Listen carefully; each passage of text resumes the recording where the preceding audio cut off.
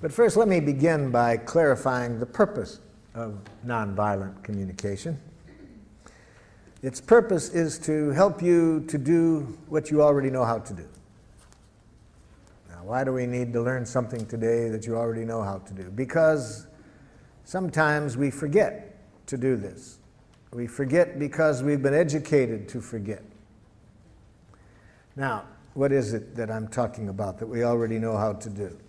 The purpose of this process is to help us to connect in a way that makes natural giving possible. Natural giving possible. What do I mean by natural giving? Let me do you a song to make it clear what I mean by natural giving.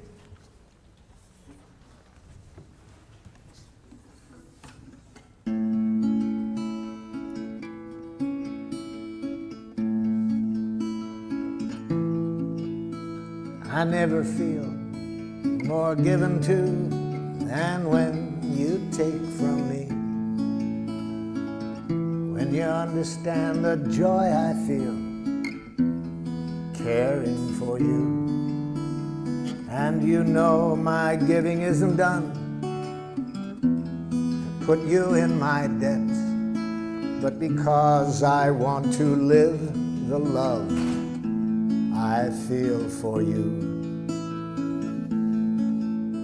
To receive with grace may be the greatest giving. There's no way that I can separate the two. When you give to me, I give you my receiving. And when you take from me, I feel so given to.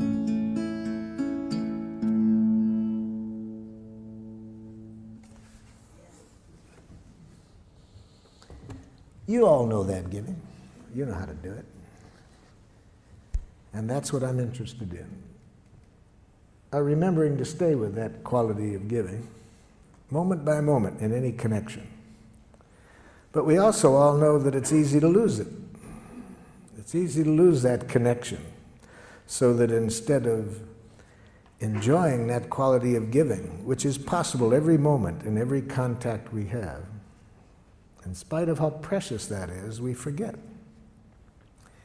And instead of playing the game that that song is about, which I call Making Life Wonderful, it's the most fun game I've ever heard.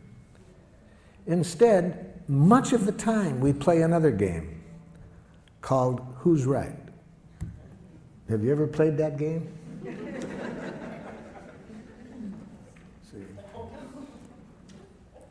It's a game where everybody loses. So isn't this amazing that we all know about this quality of giving that the song was about?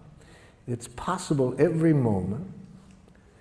We find that the richest thing to do, and much of our life we end up playing Who's Right?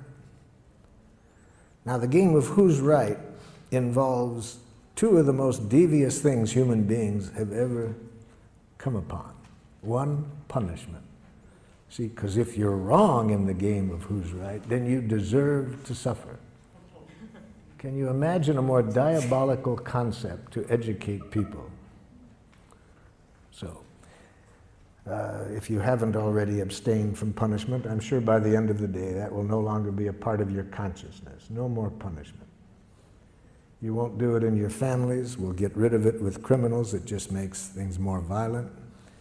We'll find other ways to deal with other nations besides punishment. No more punishment. No more reward. It's the same game. It's part of the game of Who's Right. If you're right, then you get rewarded. If you're wrong, you get punished. No more. No more. It's created enough violence on the planet. No more guilt induction. See? No more shame. No more concepts of duty and obligation. Just what the song is about. Natural giving. So how did we get off target? We got off target, according to Walter Wink, a theologian who writes in his book, The Powers That Be. We got off target about 5,000 years ago. We got off target because we started to get some wild thinking. Wild thinking that human beings are innately evil. And when you believe that human beings are innately evil, then if things aren't going as we would like, what's the corrective process? The corrective process is penitence, you see. When people are evil, you think that the way to bring about change when people are behaving in a way you don't like is to make people hate themselves for what they're doing. So for these political reasons and theological reasons, we started to develop a language that I call jackal language. It's a language that cuts us off from life and makes it very easy to be violent. Very easy to be violent. In fact, in that book I mentioned, Wink says that domination cultures, one of the things you have to educate people is to make violence enjoyable, you see. And we've done a good job of that. We make violence enjoyable in our culture. The 2 hours a night from 7 to 9 when children are watching television the most, in 75% of the programs they watch, the hero either kills somebody or beats them up, you see. And when does this happen? At the climax of the program. We've been educated for quite a while to make violence enjoyable. So even though I think what that song was about is what is really closer to our nature, this natural giving, we've been educated to make violence enjoyable, and educated in a way we can even be violent to our children. So what is jackal language like? See, jackal language, as I've mentioned, is a language of moralistic judgments. You think in terms of who's right, who's wrong, who's good, who's bad. And when you mention change, yes, we want change at times. So how do you get change in the jackal system? Watch a parent try to bring about change in the child. This is a parent teaching a young child say one of the most important words in jackal. Say you're sorry. I'm sorry. You're not really sorry. I can see it. You're not really sorry. I'm sorry. Okay, I forgive you. Can you imagine a game like that? Can you imagine a parent responding to a child that way? And if a parent is going to do that to a child in their own family, what are they going to do to people from other cultures who behave in a way they don't appreciate? So of course you're going to have violence wherever you have this kind of thinking. In cultures that do not have this thinking, you don't see violence, you see. So that's how we got off target. Even though we could be playing the game, make life wonderful each moment, we have been educated for quite a while to play another game, who's right. So what are the parts of this game of who's right? I've just mentioned one of them. One part is moralistic judgments, learning how to go up to our head and think basically in terms of right and wrong, good and bad, normal, abnormal. I learned this game very well. I speak several dialects of jackal. I grew up in Detroit. We spoke a rather harsh dialect of jackal. You might call it Detroit jackal. For example, if I'm out driving and someone is driving in a way that I don't like, and again, I want to install change, you see, I roll down the window, idiot! Now, theoretically, the person is supposed to repent. I confess I was wrong, sir. I will change the error of my ways. It's a great theory. It didn't work. I've tried it more than once. It doesn't work. So I thought maybe it was that particular dialect of jackal. So I decided to get the more cultured use of jackal. So I went to the university and got a doctor's degree in professional jackal. Now when somebody's driving in a way I don't like, I roll down the window. Psychopath! still doesn't work. You see. There's another part of this language of jackal. Amtssprache. Amtssprache. That's very important. You see, a language that denies choice, denies responsibility for our actions. I use the word Amtssprache for this part, having read an interview with the Nazi war criminal Adolf Eichmann at his trial for war crimes in Jerusalem. Eichmann was asked, was it hard to send tens of thousands of people to their death? And Eichmann answered candidly, he said, to tell you the truth, it was easy. Our language made it easy. That interview shocked, that answer shocked his interviewer. And his interviewer said, what language? Eichmann said, in fact, my fellow Nazi officers and I, we had our own name for our language. We called it Amtssprache. Amt in German means office, and Sprache, language. I'd call that bureaucratic language. He was asked for some examples. Eichmann said, it's a language in which you deny responsibility for your actions. So if somebody asks you why you did it, you say, I had to. Then you don't feel so bad if you have to do it. You see, you're not responsible. But why did you have to, Jack? Superior's orders. Company policy. They made me do it. I couldn't do elsewise. Very dangerous language, Amtssprache. Very dangerous. We have giraffe schools. I use the word giraffe, you see, as a symbol for nonviolence. We'll see today that the language we're going to study is a language of the heart. And so I use giraffe language for that because giraffes have the largest heart of any land animal. So,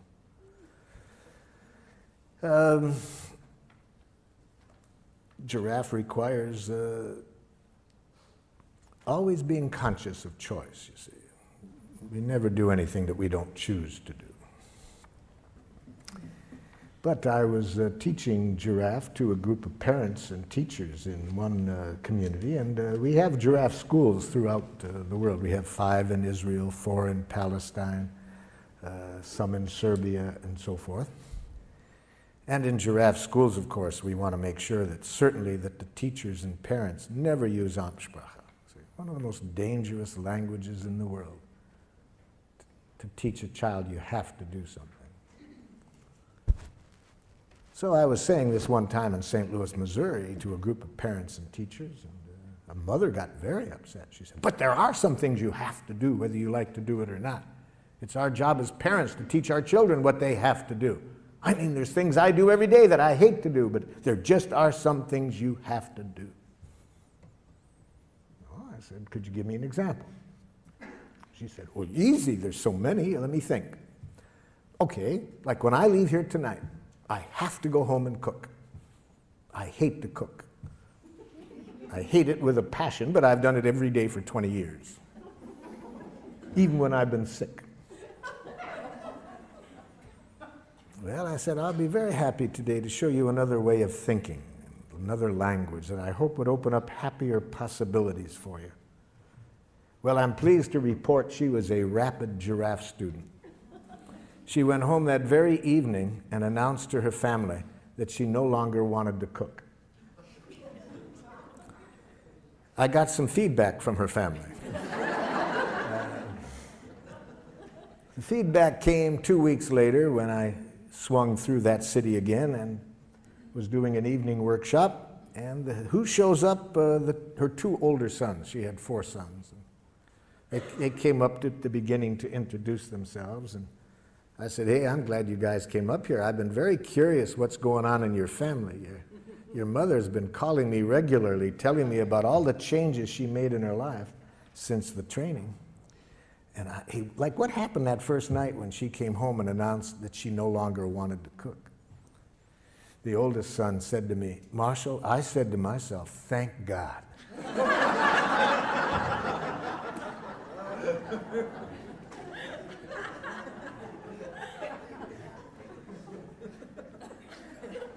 I said, help me understand that one. He said, I said to myself, now maybe she won't complain at every meal, you see. You see, natural giving, what I started the day off with that song, anything we do in life that isn't coming out of that energy, we pay for it and everybody else pays for it. Anything we do out of fear of punishment, if we don't, everybody pays for it. Anything we do for a reward, everybody pays for it. Everything we do to make people like us, everybody pays for it. Everything we do out of guilt, shame, duty, obligation, everybody pays for it. That isn't what we were designed for. We were designed to enjoy giving, to give from the heart.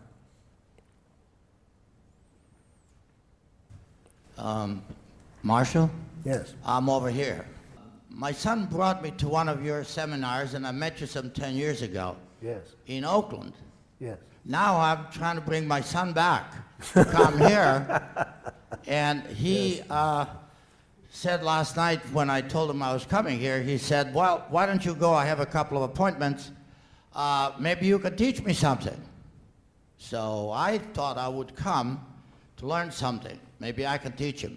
But I'd like to teach him, and I don't know how to do that. Well, I'd like to teach him to at least give me the time of day to communicate with him. He doesn't do that willingly. Okay. And when I try to demand it, it becomes worse. Yes. So how do I do that? Well, that'll be a good situation to work on today, because I'm going to ask everyone to think of a situation right now where somebody's behaving in a way you don't like. So in this case, it's your son who, when you ask him to communicate, he says no. The first thing I'll suggest is you can't teach anybody anything. That's right. And to have that as an objective is itself to create problems. So, yeah. So let's change the objective. Let's never try to teach anybody anything or to change anybody. If that's your objective, you'll create resistance. So that'd be my first suggestion today. Never try to teach anybody anything or to change anybody. That clear? Yeah. Okay. So what do you do then? Give up? No. See, this is the thinking that's been shaped in us by Jackal. See, the game of who's right, win, lose. So then if we can't change and win, then the option we think of is to be a chump and lose, you see. We've been educated to think in those two ways, win, lose, right, wrong. No, I'll show you a way, another option. Okay, let's get into it. Let's give you a chance to practice it. Some of you have already thought of situations, such as somebody you want very much to communicate with, they say no.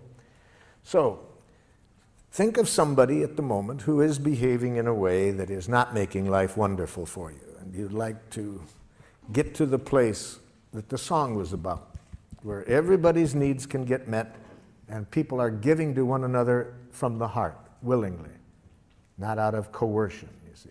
Let's see if we can show you a process to get there in this situation, to get everybody's needs met, and where people give willingly, not out of any coercion. So maybe you are living at home. Maybe you choose today to work on a child that you are living with at home who says horrible, horrible jackal things such as, no. Oh, you laugh. You try living with one for a while. Please brush your teeth. No. Maybe you are living at home with a jackal-speaking partner who says horrible jackal things such as, that hurts me when you say that. We'll see today that it's a violent act to say others make you feel as you do. See? To imply that others can make you feel hurt or angry. Maybe at work somebody's behaving in a way you don't like. They come late. They're not producing as well as you would like. Maybe your next door neighbor has been sexually molesting children. Whoever you want to pick, somebody who's behaving in a way you don't like.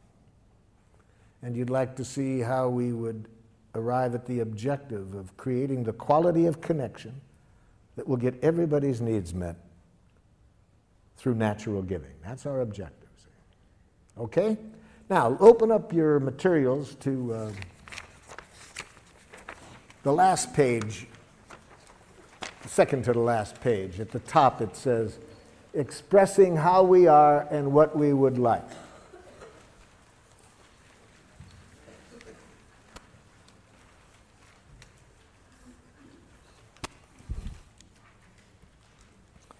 And it says under A, think of someone who does something that makes life less than wonderful for you. So this person that I'm asking you to think about, who's presently behaving in a way you're not crazy about, and what I'd like you to do is answer this question. Write here one thing that the person does that you don't like. We're going to work on one specific action that the person does that you don't like to get you familiar with the process today. Maybe the person does several things, but we're going to show you how the process works by showing you how to communicate with the person about one specific thing they do. So write under A one thing this person does that you don't like. Now, when I was here in San Francisco working with the school system back in the 70s, the superintendent of schools asked me to go into an elementary school. He said the parents are complaining about the quality of relationship between these teachers and the administrator. They said the tension in the school is so great that the parents want to take their children out of the school. So he asked if I would go in and see if I could open up better communication between the staff and the administrator. The plan was I would meet first with the teachers and then get the teachers and the administrator together. So in my meeting with the teachers, I started with the question that I just asked you. I said to the teachers, can you tell me one thing that the administrator does that makes it hard for you to work with him? I was asking for an observation, a concrete behavior. What is one thing he does? The first teacher to respond said this: he has a big mouth. Now, can you see the difference between the question I asked and the answer I got? I did not ask, what size mouth does the principal have? So this teacher was giving me an evaluation, an analysis that implies wrongness. You see, we've been so trained to think that way that sometimes we can't separate fact and opinion. All we see is our enemy image. See, whether it's an individual or a nation, we have been trained to think in enemy images of wrongness. And it obscures reality. We don't see the behavior, we just see our enemy image. In his book, Out of Weakness, Andrew Schmuckler says that when cultures are taught to think this way, not to just see the person, but an image, a judgment they've made, bombs are never far away, you see. So I pointed this out to the gentleman, that this was not an answer to my question. I wanted to know one thing the principal did. This man was stuck. He just couldn't get it. The woman sitting next to him tried to help. She says, well, I know what he's referring to. I said, okay, help him out. What's one thing that the principal does? He talks too much. No, too much is a judgment. I ask for an observation, not a judgment. See, this is how jackal-speaking people think. They really have been brought up to think there is such a thing as a just right amount of everything. And too much and too little, and that they know what it is, see? So they think that way. It doesn't make resolving conflicts too easy with them when people have an idea that there's a right and a too much and a too little, and they know what it is. And especially when they mix it up with an observation. I was just asking, what does the person do? And again, for the second time, this person couldn't see the behavior separate from the judgment. A third person tried to help. Well, I know what they're talking about. Okay, what?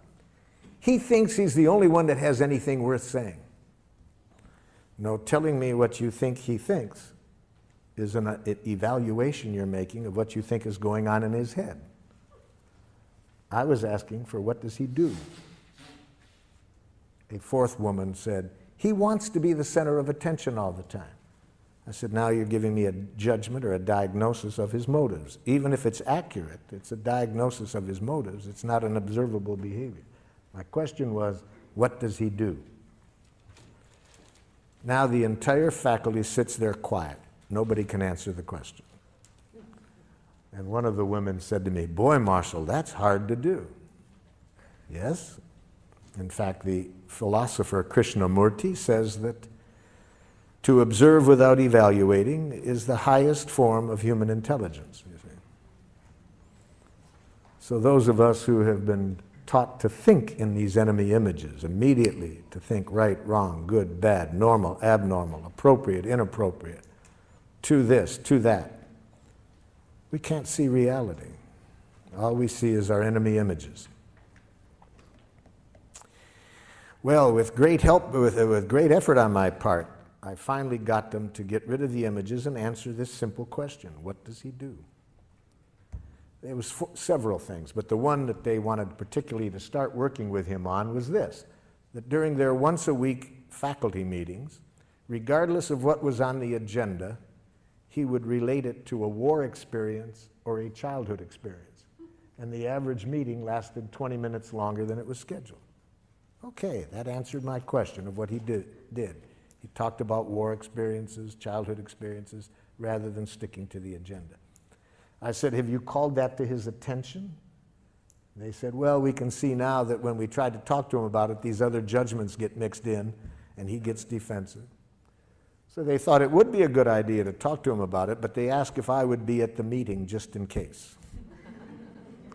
So I attended their next staff meeting, and I saw rather quickly what they were talking about, because almost as soon as an issue came up, the principal would say, oh, that reminds me of a time, and he would start to tell a story. And I was waiting for somebody to confront him on this in Giraffe, but instead of that, there was a lot of nonverbal jackling going on. People were going like this, rolling their eyes, poking the person next to them, yawning, looking at their watches, holding the watches up to the ears.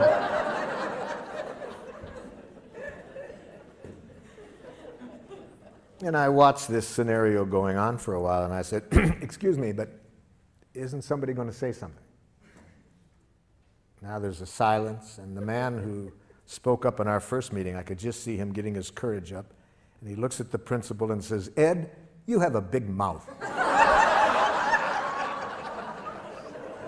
So let's see if whether what you wrote down answered the question I asked. Is it an observable behavior, or did you mix in any evaluation? And my two friends here will help us to make this evaluation. This animal has been taught to, somewhat like a police dog, to sniff out narcotics. If there's any jackal mixed in, he will howl. If you answered the question, this animal will dance. So, sir, what did you write down? My dad blames my wife for my choices. He does what? My dad blames my wife for my choices. Yes, blames is a judgment. See, that's already putting evaluation into it. Dad, do you see yourself as blaming her? No, I see myself as calling attention to the facts. So see, Dad doesn't see that as blaming. No, I'm educating. Thank you, Dad. Yes, okay. So how do we say it? See, we need a direct quote. We need to give it, to make it an observable behavior, we need to say, my father says, what? All of his problems. You are responsible for all of his problems. Wait a minute. He says this to the wife. You are responsible for all of his problems. That's it. Yes, okay, that's a direct quote. That's what he says. That's giraffe language. You made a direct quote, okay? See, as soon as you have the word blame in your consciousness, it's going to change the whole energy with which you approach the person, because you're basically making a judgment of them as blaming, which everybody knows is wrong. You see. Yes? I have the mic. Oh, excuse me. Lately, my son is not doing his history homework. Mm-hmm. Okay. My dad makes harsh judgments and insulting remarks. Oh my God, you've killed my poor jackal.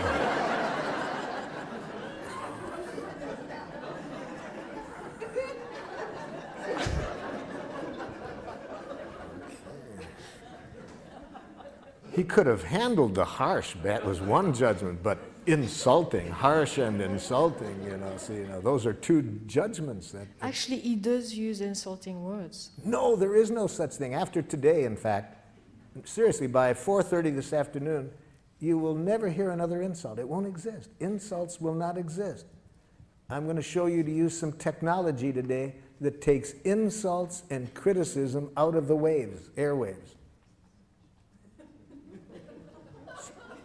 So that no matter what your father says, you can never hear another harsh statement or another insult, because we're going to show you today how to use this technology.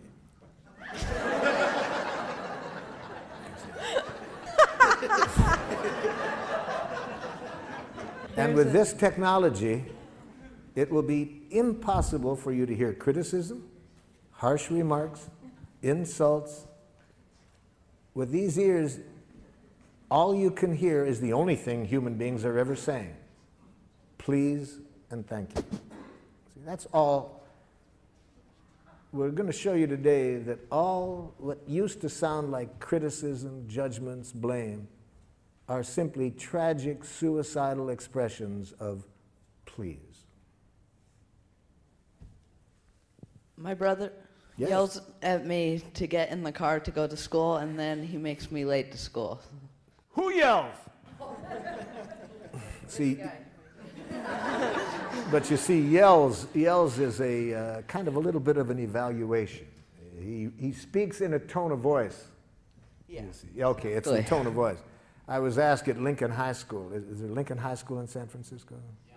Many years ago, I was asked to work with the faculty there. They were having a lot of tension amongst the faculty, racially, ethnically. There was a lot of tensions, and the superintendent asked me to work there, and I started the day asking, tell me something that somebody else on the faculty does that you don't like. Man turns to the woman next to him and says, I don't like it when you yell in our faculty meetings. She says, who yells?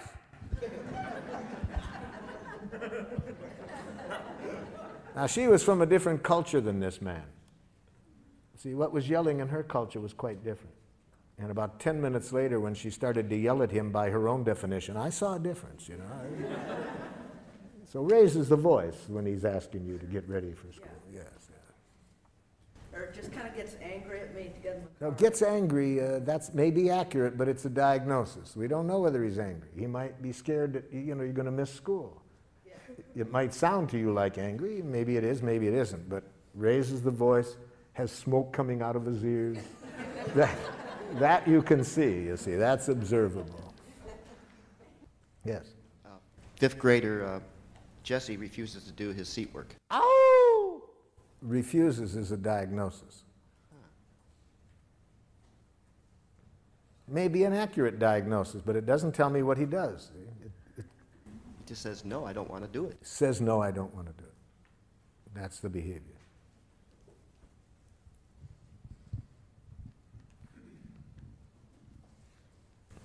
My husband doesn't tell me things which will affect me deeply. Okay. It's the first jackal husband I've ever heard of. This is a new experience for me today. A student in my class incessantly talks loud, won't stay seated, or keep his hands to himself. I hear about 3 judgments in there. Let's go over it slowly, because I hear 3 diagnoses. Say it again, so we'll hear the 3 diagnoses. Incessantly talks loud. Loud is your interpretation. Louder than you would like. If you want to say it, put it that way. Louder than I would like. Won't stay seated. Won't is a diagnosis. Doesn't stay in his seat after I've told him to. He might in the future. We don't know whether he will or not. So that's a diagnosis. Doesn't at the moment. Doesn't when I ask him to stay in his seat. And does not keep his hands to himself. And does not keep his hands to himself. Mm-hmm. Okay. Since coming to the introductory presentation on Tuesday night, I've been very aware of hearing evaluations. Yes. In myself and especially in other people. And so I started to wonder, are all of those violent communications, or would there be a way that some of those are, according to this model, nonviolent? I would say that any evaluation of others that implies wrongness is a tragic expression of an unmet need. Tragic in the sense, for two reasons. First, it decreases the likelihood that we will get what we want. Even if we don't say it out loud, even if we think it, if we are even thinking that what somebody else does is wrong, it decreases the likelihood that we will get what we want. And second, it increases the likelihood of violence. So what could be more tragic than that, than expressing ourselves in a way that gets in the way of our getting what we want and increases violence? So anything that we want to say that implies wrongness on the part of the other person, I'm suggesting, is a tragic, suicidal expression of an unmet need. Say the need.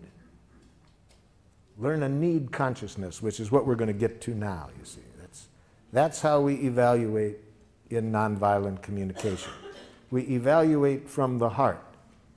We make judgments, but we make need-serving judgments. We judge whether what people are doing is meeting needs or not. We don't moralistically judge the person for what they did. We judge whether it's serving life or not, because needs are our direct connection with life. They're the life that's going, needs are the life-seeking expression within us. So we evaluate with reference to that. And that requires two kinds of literacy, feelings and needs. So let's be sure that we are all speaking the same language when I use the term feelings and needs. So under B, it says, imagine that you are talking directly to the person and express how you feel when the person acts in the way described above. And use this form. Again, we're talking to the other person, we're telling them now what they did, and we say, when you do this, I feel how? How do you feel when the person does what you wrote down under A? Write that down.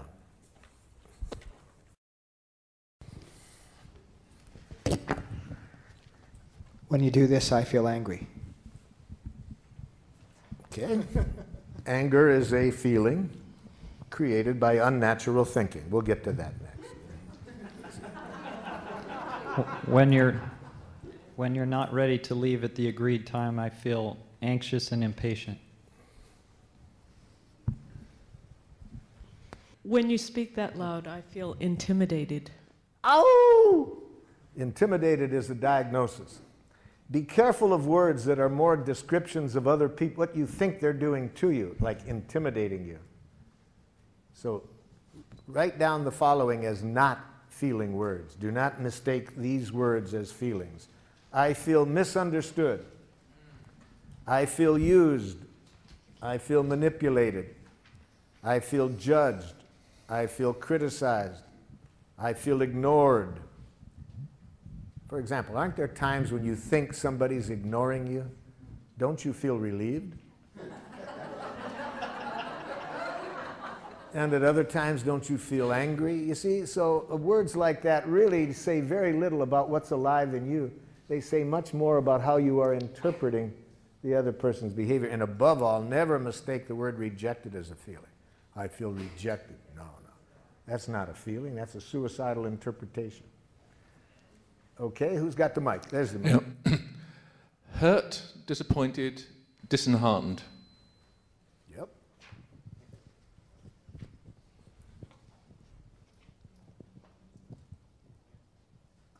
Feel angry and betrayed. Angry, yes. Oh, for betrayed. Betrayed is one of those words like intimidated, ignored, misinterpreted, used, manipulated. It's more a diagnosis of the other person than a feeling. What about contracted? Contracted? If you mean tense and like that, okay, if it's that. When you call me up and speaking loudly tell me you're going to cut off funding, I feel angry and scared. Mm-hmm. When you leave the dishes in the sink, I feel powerless over my environment and time, which feels frustrating and scary.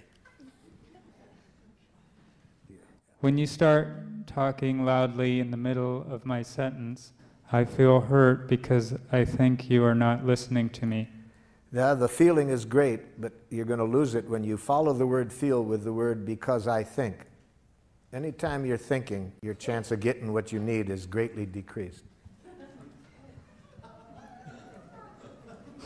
Especially when you follow the word think with the word you. Then I think you not only won't get heard, I predict a defensive, aggressive reaction.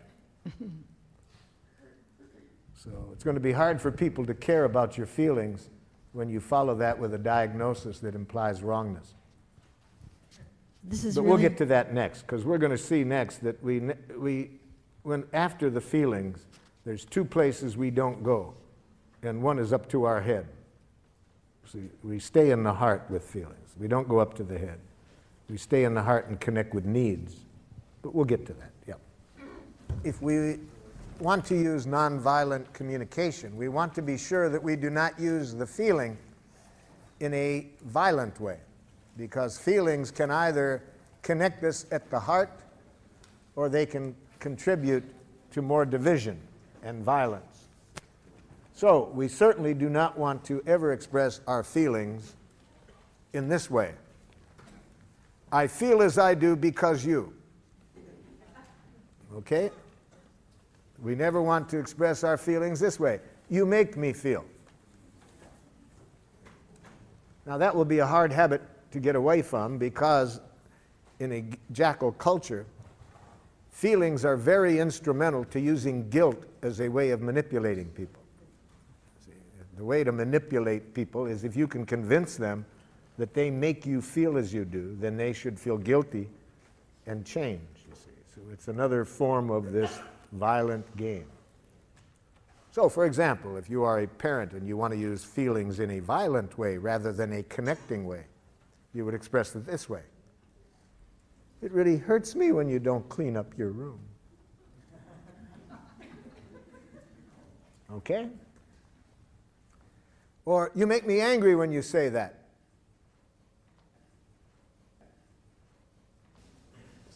I was talking during the break about one of my happiest days as a parent was when my oldest son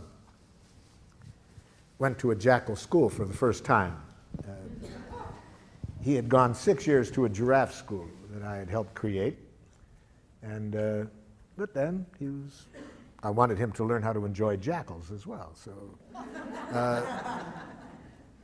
and in giraffe schools, we also want to be aware that the children are not always going to be in this setting, so we want them to learn how to stay with their own values regardless of which structure they're in, you see. So he comes back the first day from school, and he looked less than happy, and I said, how was the new school, Rick? And he said, it's okay, Dad, but whew, boy, some of those teachers, Dad. I said, what happened? He said, Dad, I wasn't even in the front door, really. I was halfway through the front door, and some man teacher comes running over and says, my, look at the little girl. Can you guess what the teacher was reacting to? Yeah, my son's hair was down to his shoulders. See, in a jackal school, as we all know, authority knows what's right. See, there's a right way to wear your hair as a boy and a wrong way. A right way to do everything, and who knows? The teacher. And then what do you do if somebody doesn't do it? You use shame, guilt, and so forth. You use the word girl as though it's an insult. Welcome to jackal land. So I'm getting burned up, ready to go do a little bat therapy with the teacher. And, forgetting all about my teachings. And I said to my son, how did you handle it? He said, I remember, Dad, that what you said, that when you're in that kind of environment, never give them the power to make you submit or rebel, you see. So one of the things we want to teach children very early, no matter what structure you're in, never lose track that you are free to choose what you do. Don't allow institutions to determine what you do. I said, hey man, that you remembered that, that's a big gift. I really love that you could remember that under those conditions. Then what'd you do? I put on my giraffe ears, Dad, tried to hear what he was feeling and needing. I said, you remembered to do that? What did you hear? Pretty obvious, Dad. Looked irritated, wanted me to cut my hair. Hey, wow, man, I'm really glad you could remember that. How did that leave you feeling? I said, Dad, I felt sad for the man. He was bald and seemed to have a problem about hair.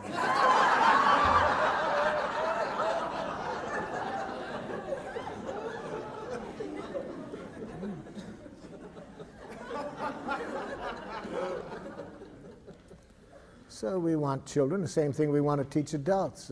Institutions can't make you do anything. Other people can't make you do anything. No human being has ever done anything they didn't choose to do. A Palestinian in the village of Hebron disagreed with me one time. He said, I don't agree with you, Marshal, that we only choose to do. Where was my choice 2 days ago? A soldier puts a gun at my head and says, take off your clothes or I'll shoot you. Where was my choice? I said, seems pretty obvious to me. You had a choice of whether to take off your clothes or not. He laughed. He said, okay, I got your point. I chose not to take off my clothes. That soldier knew I didn't have a gun. He was doing this to dishonor me.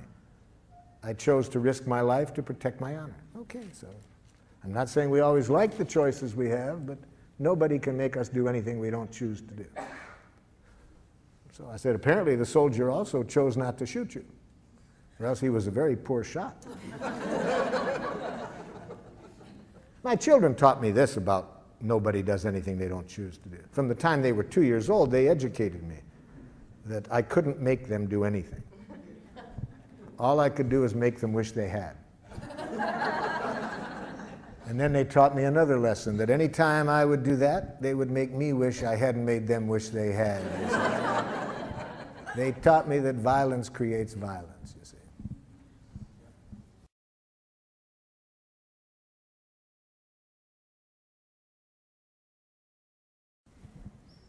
Okay, the next step then. We do not attribute responsibility for our feelings to the other person. We never say that you make me feel or I feel because you. Instead, we are conscious that the root of feelings are needs. See, behind every feeling, there is a need. Now, certain feelings tell us that there is an obstruction in our thinking, that instead of our being directly connected to our needs, we have chosen to go off to jackal-land. So what are these feelings that tell us that we're not directly connected to our needs? Anger, depression, guilt, and shame. Those feelings are very valuable. They tell us that at this moment I'm not directly connected to my needs. Instead, we are up in our head telling ourselves moralistic judgments about somebody. Anger, we're making moralistic judgments about somebody else. Depression, guilt, and shame, we're playing that game on ourselves. But we're not alive, and as I would define being alive, which is connected to our needs. Yeah. Do you make a distinction between needs and preferences or desires? Yes, we make a big difference, as we'll see when we get to the next step now, because needs contain no reference to specific ways of getting the needs met. Those are preferences or strategies or requests. So we make a big difference between needs and between preferences, requests, strategies. So let's get into that. Let's right now connect our feelings with a need. Let's not go up to our head and think about the other person. Let's go into our heart and connect our feeling with our need, because needs give us the most power with people. See, giraffe is based on a power model, power with people. It increases our power with them in the sense that it increases people's willing giving to us, to enjoy giving to us. That's power with people. We have been trained in a power over model, the use of punishment and reward. That's power over people. To get them to do things not because it's coming from their heart and they want to contribute to our well-being or to life. No, they want to avoid punishment or get a reward. So we want to increase power with people. And the most powerful form of communication to do that is to bring people's attention to our needs that are not getting met. When people's full attention is on our needs, they hear no criticism, no demands. It is natural to enjoy giving. But if we hear any criticism or demand, we lose connection with that natural desire to give, and now we want to defend and attack. So let's learn a language of needs. Under C, it says, imagine again that you are talking to the person and express your reasons for feeling as you do this way. When you do what I described, I feel as I expressed because I am needing or because I need. See? So now see if you can identify what need of yours is not getting met. Leave the word you out of here, because that will mix up need and preference. Leave the other person out of here. Just express the need without reference to the other person.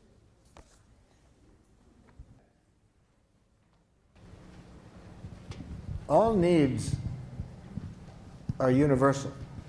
Every human being in the world has the same needs. So you can look at what you said and see whether this applies. You see. So what you wrote down is a true need. Every other human being in the world has that need. We're all created out of the same energy. So we really see this at the level of needs. All human beings have the same needs. What differs immensely is the strategies that we have been educated in for meeting the needs. Different cultures educate people to meet the needs in a different way, but the needs are the same. Who wants to check theirs out? Okay.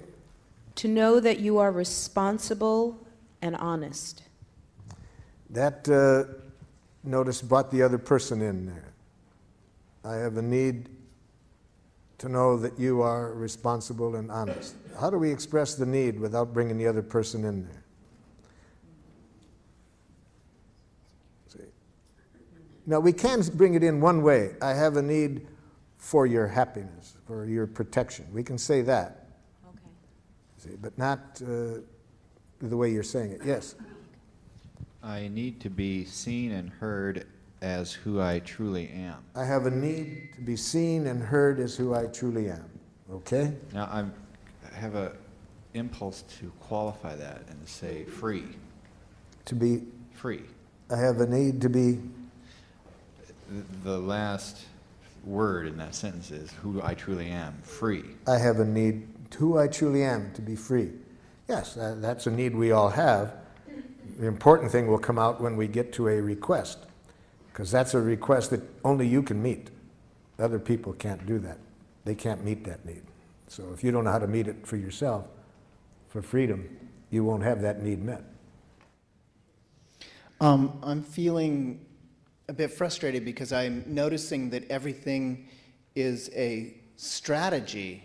In other words, mine is a need for an aesthetic environment. But underneath that, there is a need for serenity. And my serenity doesn't come from the environment. So this entire request, starting at A, is a strategy to get something called serenity.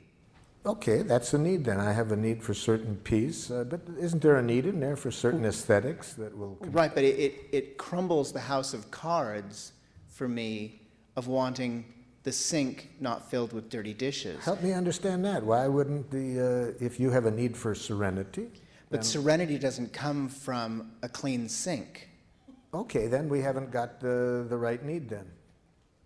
Or then it's not that you want the sink cleaned out. But I'm projecting that need onto the sink, thus onto a behavior of someone else. Well, the other person's behavior can be getting in the way of our need getting met. If the dishes aren't done, and it could be some needs of yours are not being met by that. Then you have to identify what the needs are that are not getting met. I'm not sure. I'm really not sure that I'm not basing an assumption that by having that sink clean that I'm going to have serenity, and I think it's a false distinction. Well, the nice thing about being clear about our request is we can test it out. If I say, for my need for serenity, I'd really be grateful if you would clean up the sink. The person does it, and I'm still not serene. Okay, that helps. I know that doesn't work. See, we never really know what we want until after we get it. If after we get it, it makes life more miserable, then we know that isn't what we wanted. If it makes life more wonderful, then we know that is what, a strategy that will meet our need. That's what makes life fun. We never know what we want until after we get it. That's why Paul Tillich, the theologian, says that Christianity requires the willingness to sin courageously. You ask for what you want, hoping to meet your needs. You get it, it makes life worse. Okay, now I've learned that isn't what I want. Wouldn't it be boring to know what is wrong? Yes? When you do what I described, I feel as I expressed because I need respect and acknowledgement, and I need to be able to feel safe in my job environment. I hear needs in there, yes.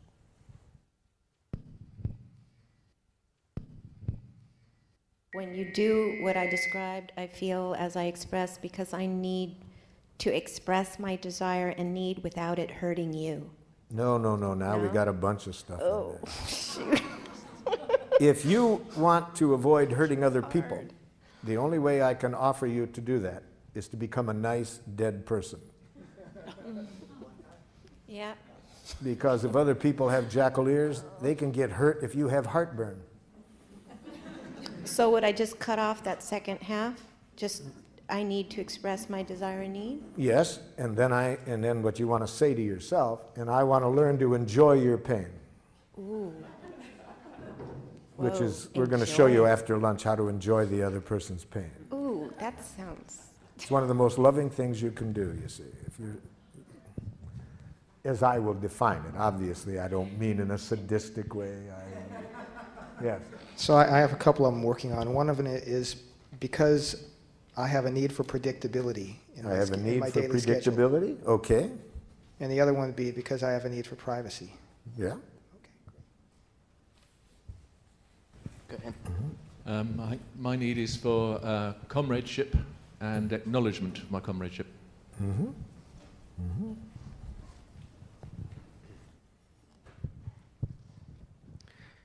I have a need to memorialize the life of your father, and in doing so, honor the life of your entire family.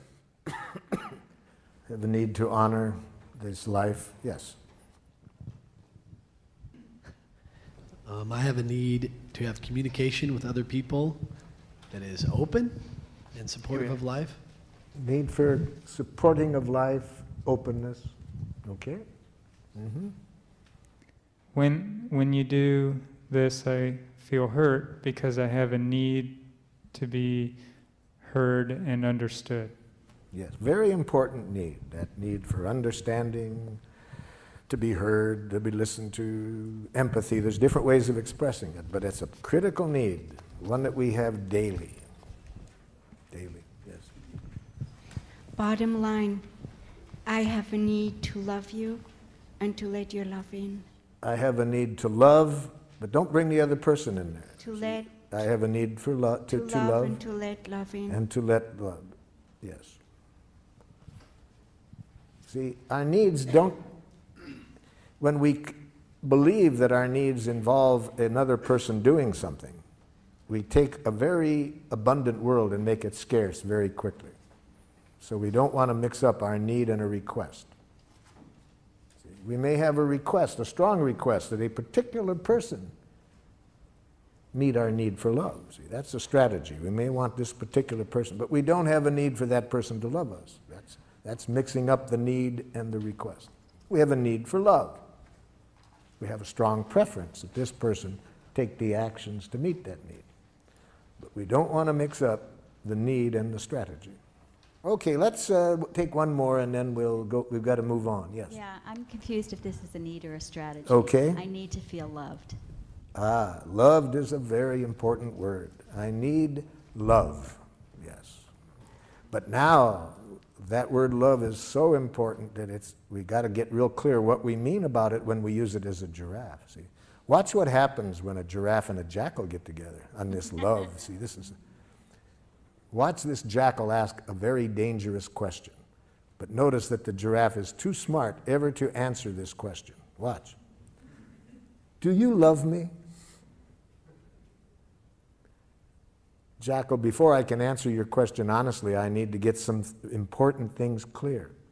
Are you using the word love as a feeling? Well, of course. Okay, well, I needed to get that clear. So you mean, am I feeling certain warm, cuddly, tender feelings toward you? Yes. Okay, I needed to get this clear, because see, we giraffes do not use the word love as a feeling. It's much too important to us to get it confused with a feeling. It's a need for us. But since you use it as a feeling, okay, I'm glad to know that. So would you please then, now that I know that, would you ask the question again? Do you love me?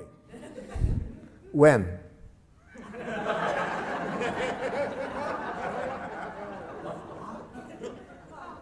When? Well, I want to be honest. I can see how important this is to you, but how can I be honest with you about what I feel toward you without reference to a specific moment?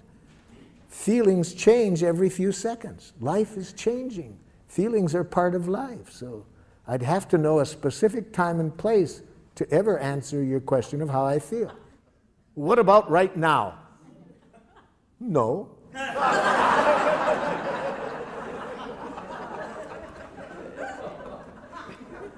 But try me again in a few moments.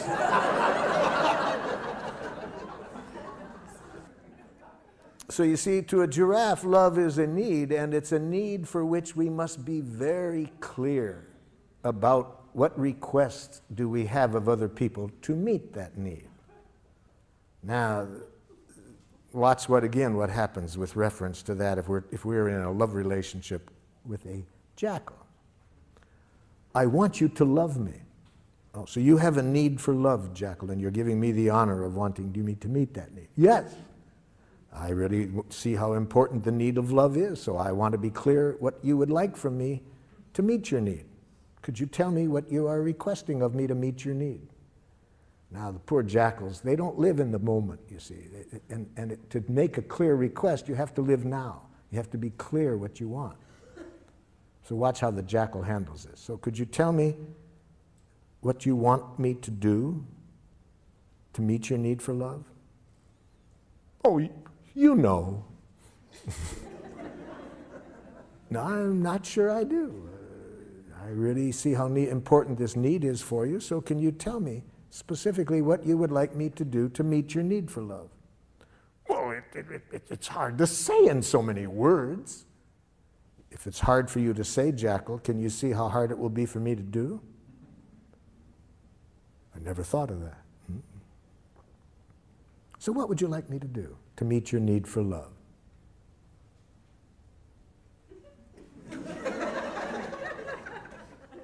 It's embarrassing to get clear. Yes, it is, because much of our oppression in close relationships comes from saying to people, I want you to respect me, I want you to love me, I want you to understand me, without our being real clear what we want when we say that. So what are you wanting, jackal, when you say you want me to love you? I want you to guess what I want before I even know what it is. And I want you always to be willing to do it. Thank you for defining it that way, jackal. Would you please find someone else to meet your need for love?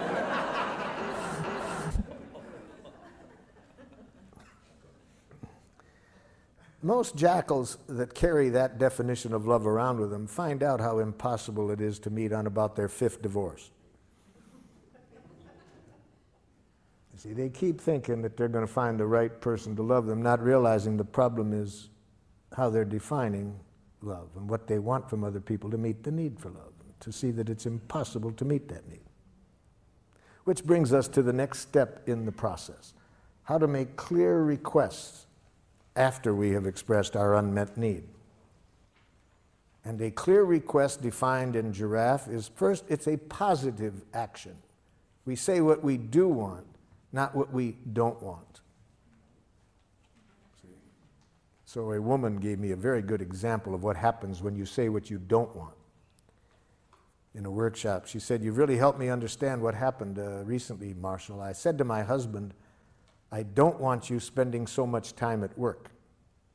And then I got furious with him when he signed up for a golf tournament."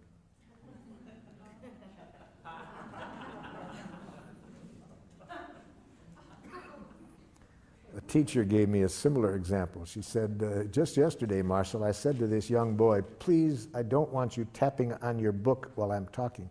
So he started to tap on his desk. Saying what we don't want doesn't make clear what we do want. But worse than that, if we frame our objectives in getting rid of something, it leads to violence very often. It makes violence seem attractive when we try to get rid of something. For example, I was working with some teachers in a school in Rockford, Illinois. Their observable behavior they wanted to work on is, on the average, every 3 months, 38 broken windows in the school. So we got down to the request. I said, "What do you want different from the students?" It's obvious. We don't want them breaking windows. So you're saying you don't want the children breaking windows. Yes. What should we do? Kill them.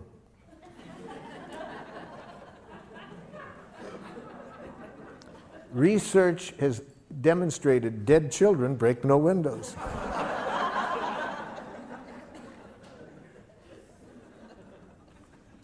Almost any time we think of what we want to get rid of, it makes violence look attractive. And as stupid as that example was I just gave you, look in the newspaper on any given day and see how many world leaders are saying we're going to teach them not to, we're going to get them to stop. And they think violence is going to... See, it always makes violence seem attractive to... It's only, as I said earlier, when we get two questions clear. What do we want people to do? And what do we want their reasons to be for doing it? Then I think we'll see violence never works. Okay, so we want to say what we want to say in the positive. What do we want the other person to do? What do we want them to start doing differently? And second, that it needs to be clear action language. So we can't do what this one wife did with her husband who came to a workshop with him. She said, "I want you to listen to me when I talk." He said, "I do listen." "No, you don't." "Yes, I do." "No, you don't." They told me they'd had this same conversation for 11 years. The problem is with the word listen. See, what does that? We can use the word listen as a need. I have a need to be listened to. But when we move to request, we need to speak action language. What specific action do we want this person to take? We can't use the verb to be. I want you to be more friendly. Not doable. We can't use feeling language. I want you to feel confidence in yourself. That's not doable. So we need to be able to make very concrete requests. Try it out with what is under D there. See, in relation to what the other person did and your feelings and needs in relation to the action, imagine you're talking directly to the person and express a request using this form. I would like you to. What do you want the person to do to meet your needs? I want you to obey my instructions. Let's use the word, I want you to do what I told you to do. I want you to do what I told you to do. And if you were a giraffe, you would give that to the person with a little card that said, "But please do as I requested, only if you can do so with the joy of a little child feeding a hungry duck. Please do not do as I request if there is any fear of punishment motivating you. Please do not do as I request out of a hope for reward or that I will like you if you do. Please do not do as I request out of guilt, shame, duty, obligation. Life is too short to do anything for anybody out of that." So what I'm getting at is when we do make a request, we want it to be sure that the person trusts it's a request and not a demand. So we'll come back to that, but let's just work on the clarity of the request to begin with. Yes, so what is your request? I would like you to do what was agreed upon. Okay. Give me the space to complete my thoughts. Oh! Too vague. Give me the space. Let me complete my Let thoughts. me is not doable.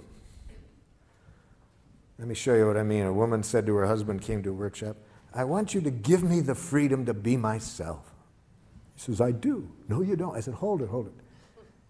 Give me the freedom is not doable. Let me? No, that's not doable. Allow me? It's not doable. What do you want from him when you say, give you the freedom to be yourself? It's embarrassing, yes? What? Say it. Oh, it's embarrassing. Say it out loud. What do you want when you say all of that? I want him to smile and say it's okay no matter what I do. Okay, now you're honest. You see, so what do you want? I want to express myself. Yes, you can do that. Nobody can stop you from expressing yourself. So I'm getting interrupted. You want the other person to wait until you finish speaking? Yes. Before starting? Yes. Okay, that's the doable action. So how do we know? You can only tell whether it's a request or a demand by how I treat you if you don't do it. That's what tells people whether we are making requests or demands. What is their memory of how we act when we don't get what we want? If people have in their memory any punishment on our part in the past when they don't do what we want, any blame, it will now be hard for them to trust that we are making a request and not a demand. It will take the joy out of giving to us. So let's follow that example a little bit more for me to show you what I mean. So I say to you, I'm really lonely this evening and would have a need for some company. Would you be willing to spend the evening with me? And you say, Marshall, I'm really preoccupied with some things at work and would really need some space to myself this evening. Could you find someone else to be with you this evening? And here's my reaction.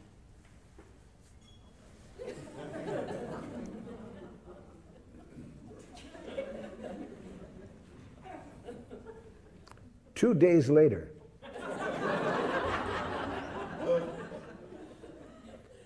what's the matter? Nothing. Come on, what's the matter? You knew how lonely I was. If you loved me. Now, was it a request or a demand? See, so we can't tell from how nicely it's asked.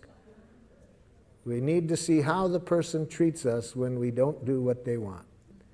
That's when we trust that they make requests or not demands. So we are going to pay for every time in the past when we used any coercive means to get what we wanted. So now at least we don't want to pay for that anymore. We want to be sure that whenever we make a request, it is a request. Now that doesn't mean the other person will trust it, even if it is, because unfortunately, there's been so much coercion in our world that even if we are making a sincere request, the other person might hear a demand.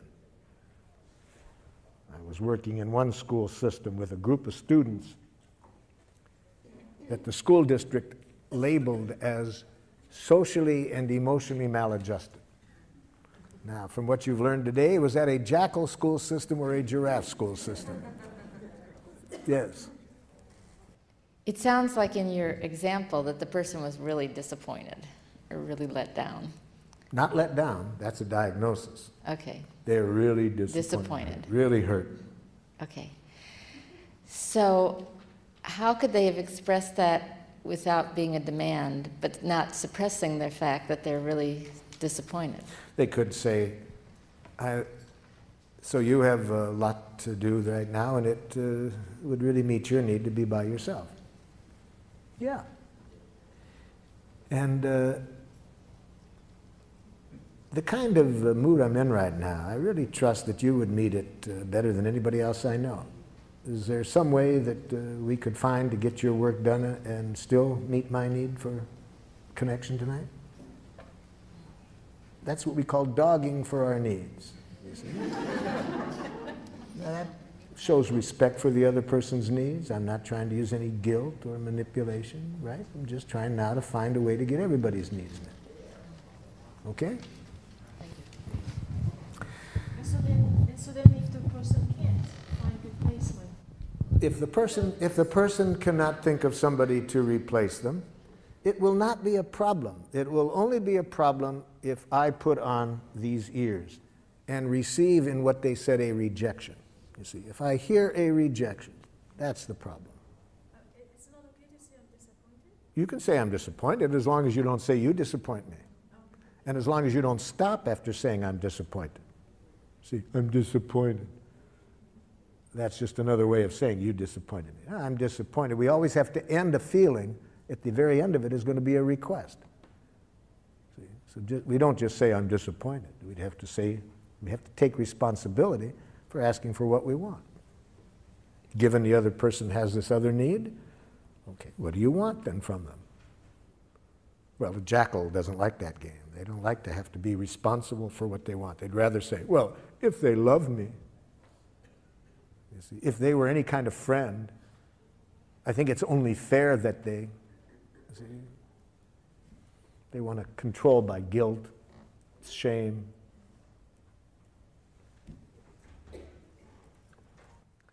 So the school district asked me to work with these students that were labeled socially and emotionally maladjusted. Poor school system doesn't realize that labels lead to self-fulfilling prophecies.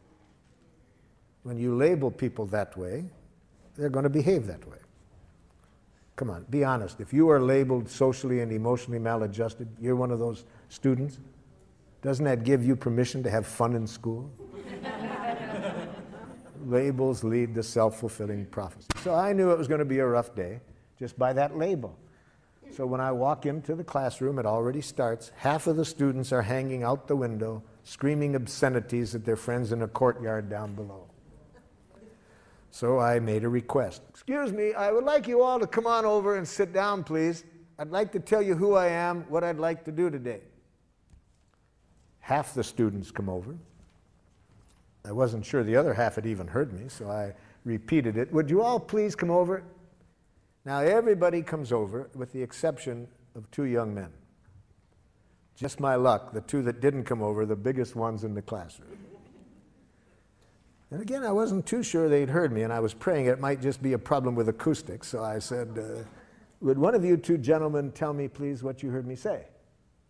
Yeah, you said we had to come over and sit down. You see the problem? I make a request. He hears a demand.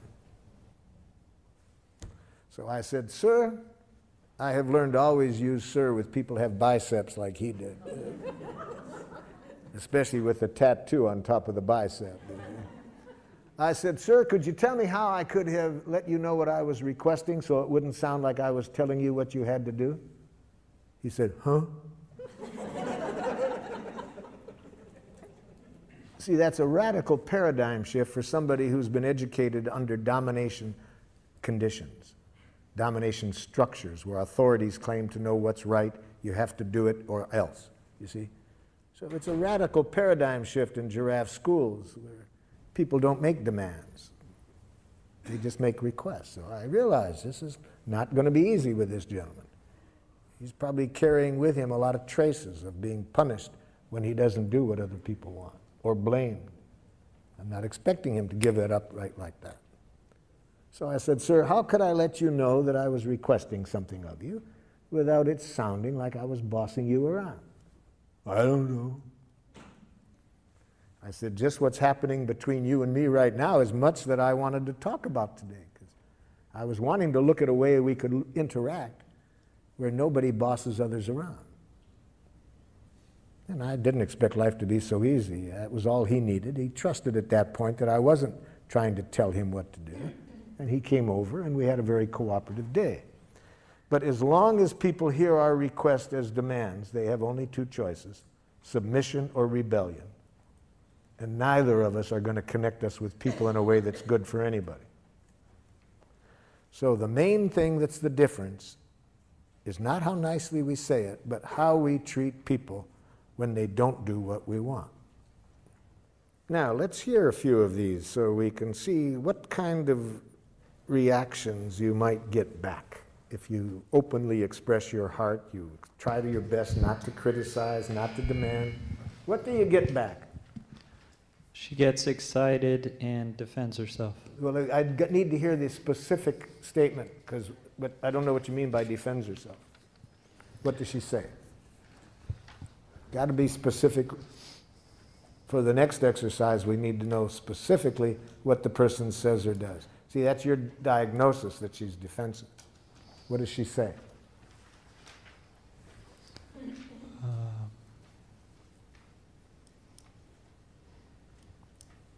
Sometimes things happen and I'm not ready to leave when we agreed. Well, sometimes things happen and I'm not ready to leave when I agree.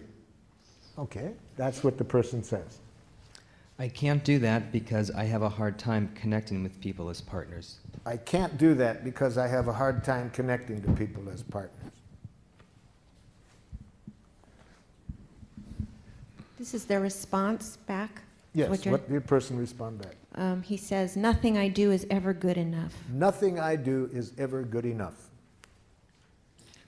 Okay, here. Guess I should go through the whole thing. She says she doesn't like the way I wash dishes or make the bed. Yes. I feel angry and resentful. Yes. I feel as I express because I need to be accepted for my willingness and ability to do a job the way I do it. Yes. I would like you to acknowledge my work positively. Even if I don't feel like it? How do you want me to, how would you like me to respond positively when an idiot could do a better job making a bed than you do? Okay, that's the last thing. She would say that she can't because I never do it the way it should be done. Yeah, so the problem there is with the present request. What do you want from this person? I think what you want is this. I'd like at least some gratitude expressed for my willingness to do what I did. And if I could get at least the gratitude for that first, I could better hear how you would like me to do it differently. Would that be closer? It'd be closer, but I'd still like her to accept the way that I do it. What does accept mean? Now we got to translate accept into a doable request. What if this person has a sense of aesthetics? You see, I can already tell what the problem is in your relationship. I've already made a diagnosis. You want to hear my diagnosis? Okay. You are a slob and she's a neat. See, there's these two kinds of people in the world, slobs and neats. And for some reason or other, they always live together. It doesn't make sense to me. You see, there's so much of this goes on every day about how to wash the dishes, how to make the bed. Now, I'll give away which one I am. I once cleaned the house immaculately. And my partner came home and said, I thought you were going to clean. True story, true story. So you know what I am, right?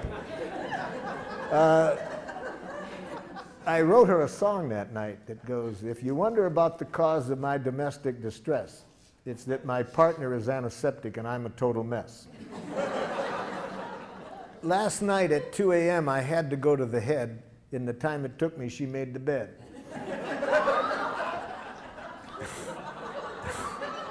You know?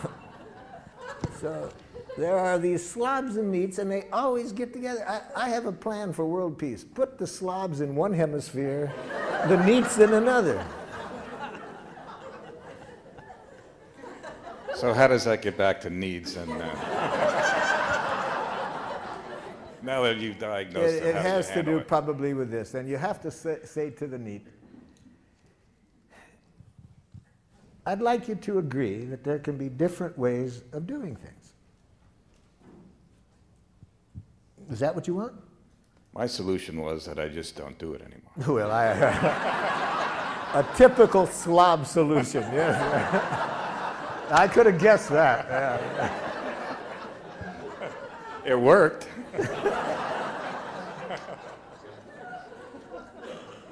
I would really like some acknowledgement. First, I'd like some expression of gratitude for what I did. I'm not saying you have to like it, but at least I'd like to hear some gratitude, if it's sincere, that at least that I was trying. Second, I'd like you to agree that there can be different ways of defining what is an adequate way to make a bed. Then, if after you agree to that, if you could say, what your preference would be without using words that imply that it's right, your way. That would be a lot easier. Something like that. Where is it? You sound like you're doing something out of a book. You sound like you're doing something out of a book. Talk like a real person. Don't use any of this psychology crap on me. Something like that. Yes, yes, yes. Especially they're going to say that when you're a baby giraffe, you know, because you're trying a new way and it's going to take a while and it's going to go slowly. And when I was first learning this, I was having a conflict with my oldest son, and I was sounding like it was coming out of a book. I was having to stop and think everything I said. And the poor guy, he had his friends waiting for him, and he said, "Daddy, it's taking you so long to talk." I said, "Let me tell you what I can say quickly. Do it my way or I'll kick your ass."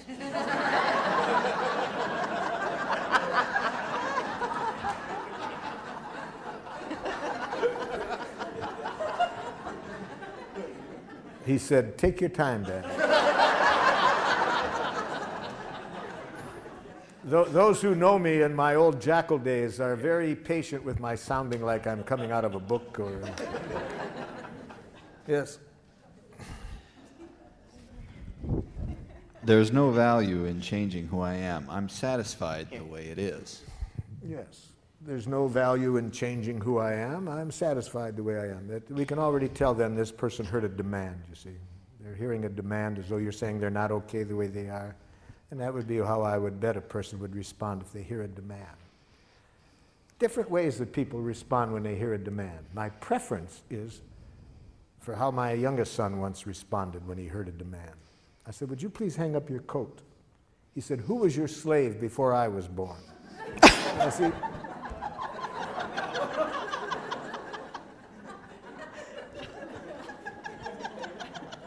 I like that way because I know he hears a demand then, right? It's pretty clear. Now, then there's other people who it's harder to guess if they're hearing it as a demand. For example, you say to them, "Would you please come over and just sit on the couch with me and talk with me?"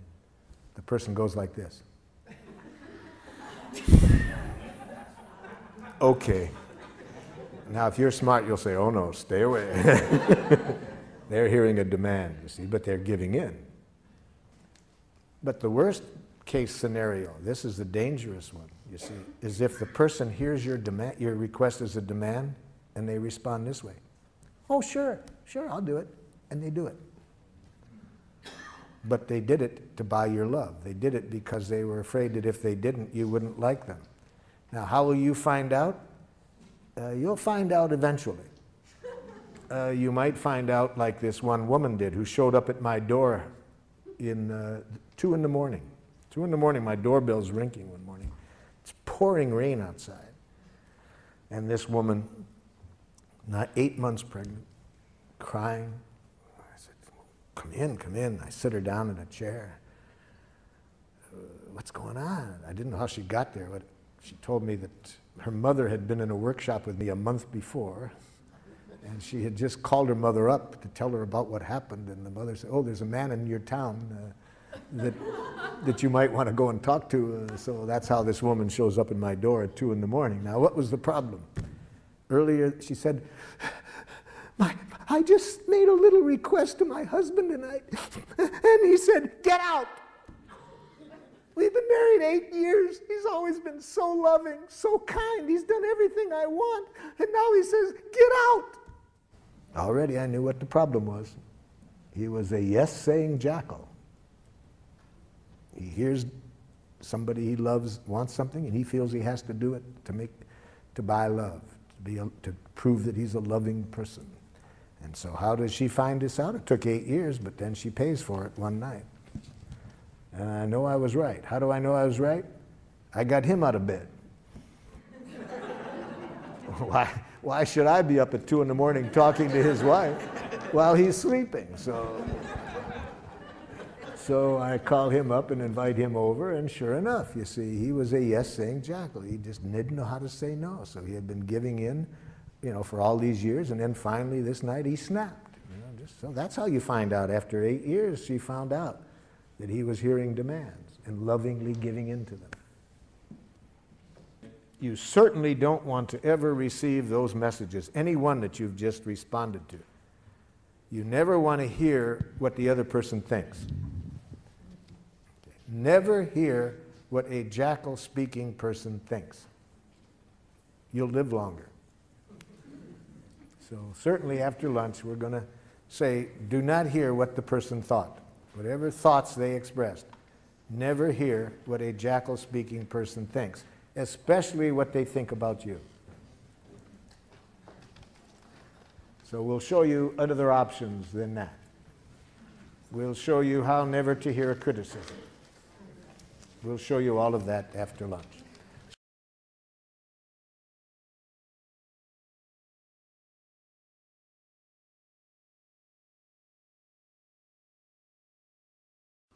See, there's only two things that human beings are ever saying: please and thank you.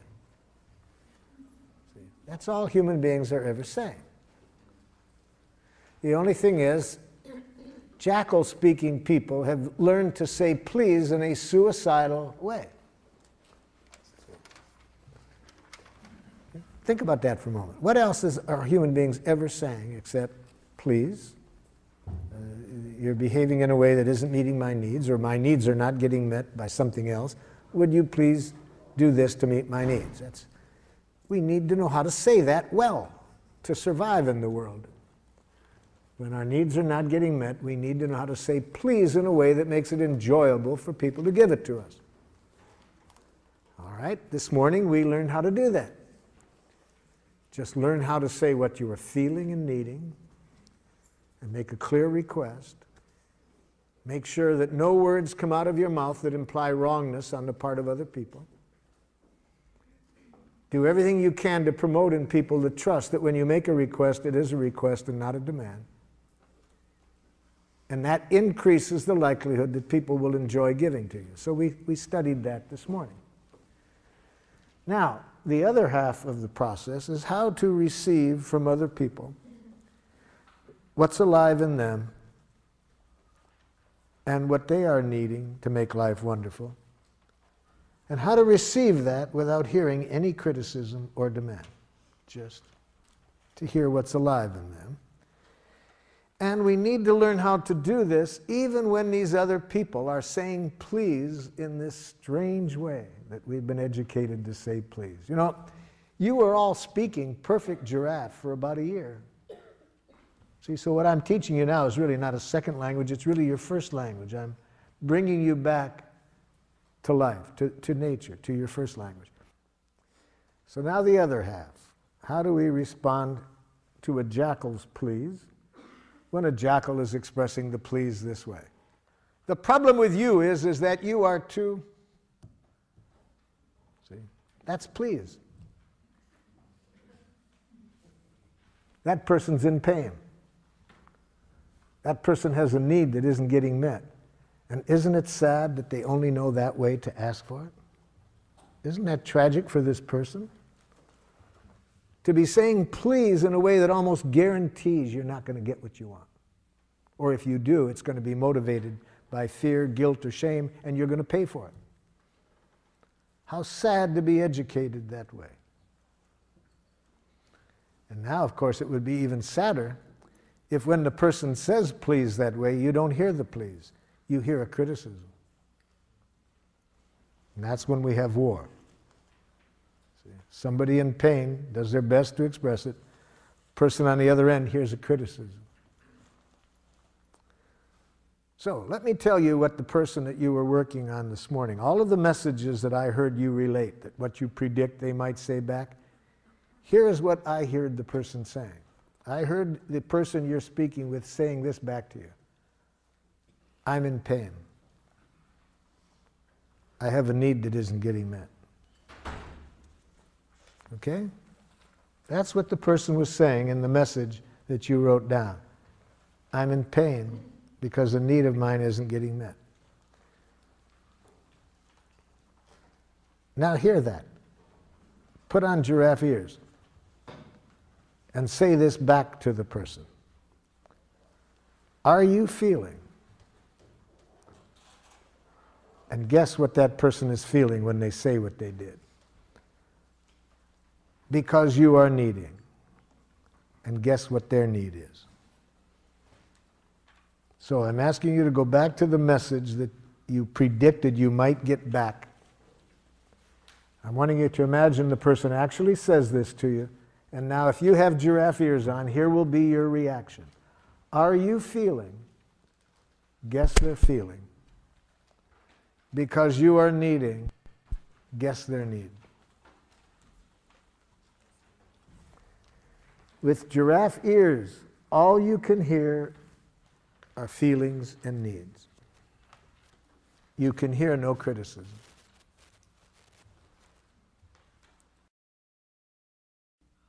A number of years ago, I was working with a group of women in religious life, and they had a conflict for some 15 months that was creating great pain within their community, and they asked me to help them resolve this. And I suggested that we begin by having everybody express their needs. What needs of yours are not getting met in this situation? And after the first speaker's second word, I could see why, after 15 months, not only had they not been able to resolve the issue, but why it was causing increasing pain. Can anybody guess what the second word was?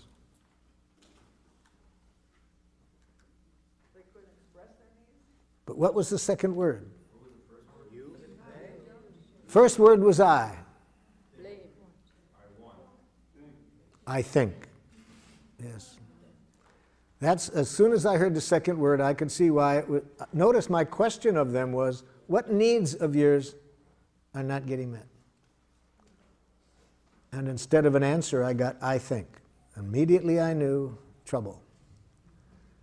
And here's what the rest of the message said. I think that if we are to be in religious life, we must take our commitment seriously and dress as though, dress in an appropriate way. See, I asked for a need. That's what I got back.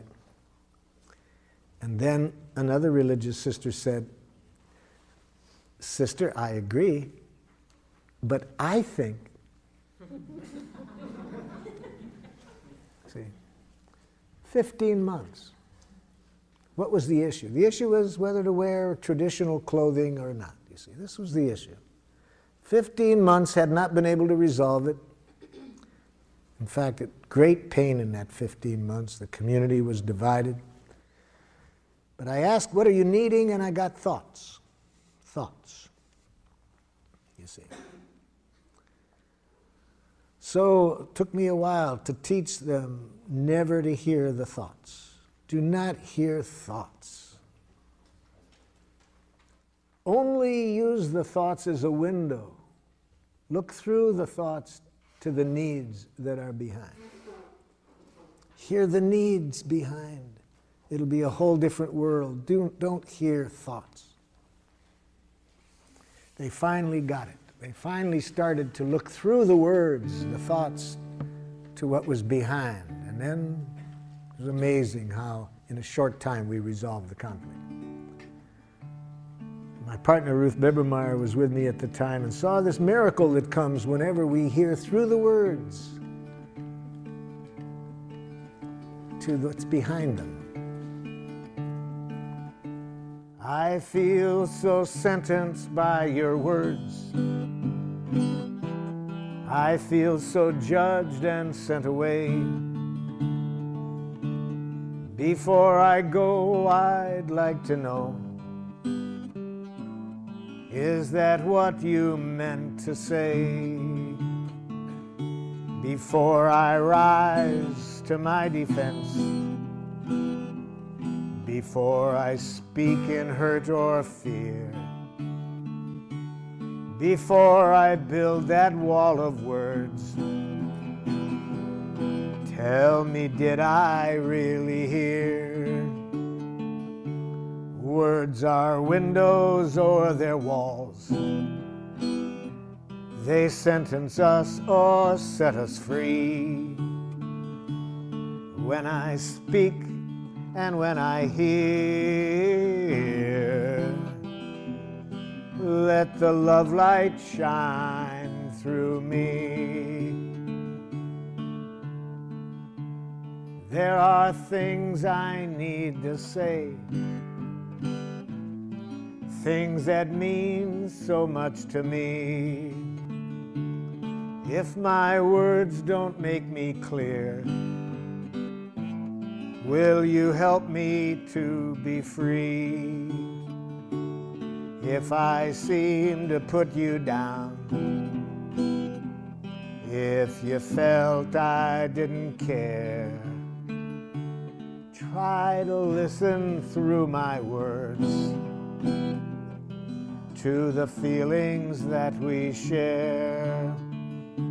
Words are windows or they're walls. They sentence us or set us free.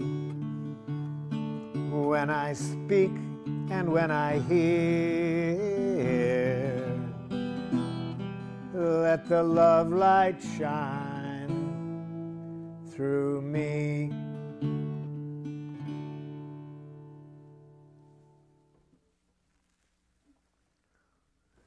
So, with your giraffe ears on, you hear the feelings behind the words. You hear the need. Every moment, we have feelings and needs. So we're hearing the truth. What's really alive in this person now? It's better for you to hear only that, because then you don't live in a world of criticism or judgments. You take away all power from other people to dehumanize you when you have giraffe ears on. You never have to worry about other people's reaction to what you say. You can be honest without fear, because you know I don't ever have to worry about how others respond. Only what ears I have on to respond to their response. But I can control that. I can't control how others respond. And if I'm going to worry about something I can't control, I'll become a nice, dead person. You see, I'll be afraid to reveal myself for fear. What if they say this? Well, who cares what they say? If you have giraffe ears on, it's a gift. All they're saying is, please, please. So let's hear the please behind the message that you hear. First read off the message, and then let's hear how you heard the feelings and needs behind it.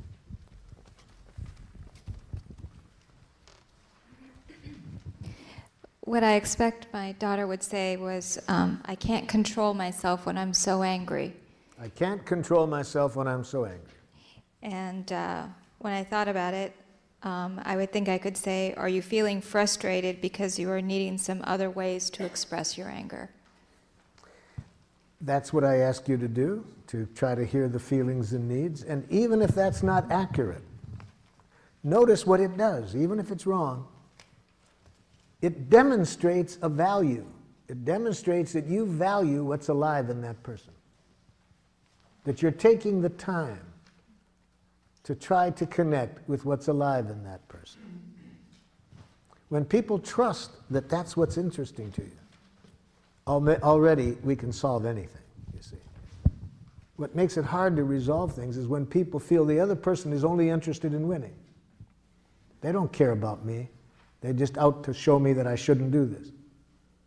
But by just stopping and trying to connect, you've demonstrated a powerful value, that you value what's alive in her. Okay? Another one. Yes? Related to my son, are you feeling distressed, confused, because you are needing help? That's the idea. Again, even if it's not accurate, it gives notice, even if it's not accurate, it brings the other person's attention to their needs. Gives them a chance to correct it. Better to be guessing wrong what a person needs is than to hearing what they think. You'll be living in a different world when you are trying to connect with their needs than the world you'll be living in if you hear what they think. I need some help in addressing the feelings and needs behind the answer that I got back, which was one of the things that you said before lunch, which can be the most dangerous, when somebody just said, you make a request and somebody says, yes, I'll do that. Yeah. Can you help me? I mean, I could guess. I mean, what I wrote down was, are you feeling pain because you're needing recognition for the job you're doing? Okay, I like that. But, okay. But go ahead with the but. I mean, it feels like there's a huge leap from the response, yes, I'll do that, to me asking that question. Yeah, you're trying to sense what's really behind it. That's one of the two giraffe ways. The other possibility that would also be giraffe is to say bullshit in giraffe. How do you say bullshit in giraffe? I'm feeling uneasy with your okay. Okay. I wish I could trust it, but I don't. I'd really like you to take a moment and really tell me whether it would meet your needs to do as I requested. So that's when I would guess that the okay isn't okay. So that's how I would say bullshit in giraffe. Thank you. Giraffes are not nice. See, much of, I think, the violence in the world is created by nice people. So don't mistake the word nonviolence as being nice. Are you feeling abandoned? Not a feeling. It's a thought. Don't encourage jackals to think that way. Are you feeling afraid? Now we're cooking. Because you are needing reassurance? Now we're cooking. That I will not disappear. That your needs will be taken care of. Leave yourself out of the other person's needs. They can live without you.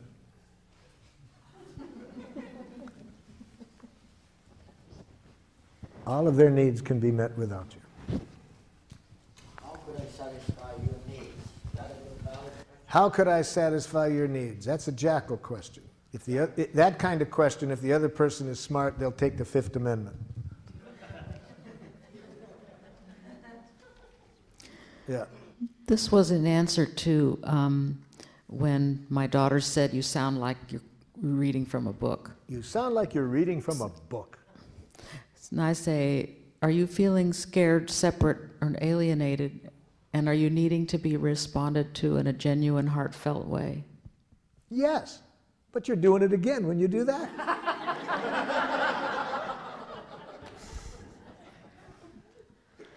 So with such a jackal for a while, until you make clear to them why you're doing it, so they will have less distrust of it, you would do just as you said, but silently.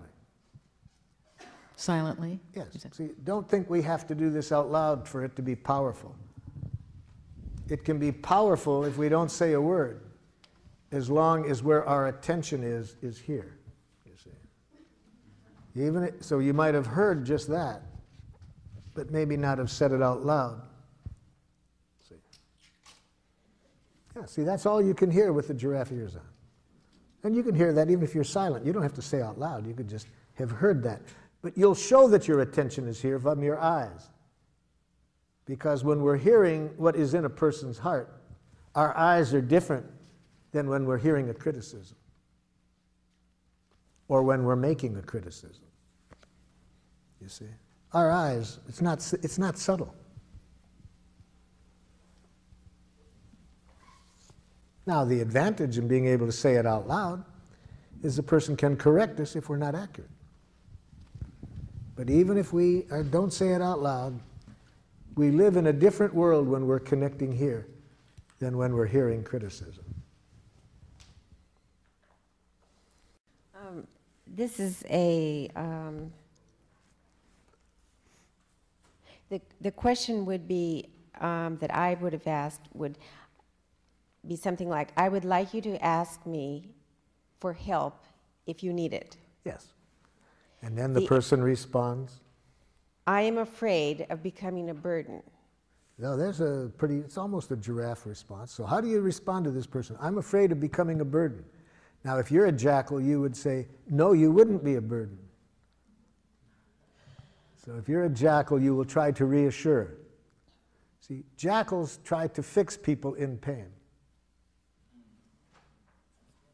They try to give reassurance. They try to make it better. They can't stand pain. They immediately make matters worse by trying to get rid of the pain. In the book, When Bad Things Happen to Good People, written by Rabbi Harold Kushner. He's talking about a very tragic time in his life when his oldest son is dying. And he said, what could be worse than watching my son die? What could be worse were the things that good people were telling me to make me feel better that made me feel worse. And what could be even more horrible than that? What they were doing, what they were saying that made me feel worse were exactly the things I had been saying to other people for 20 years in my role as a rabbi. See, he had been responding by trying to make it better. See? So we don't want to do that now. This is an important message. Well, I'm afraid that I'll be a burden.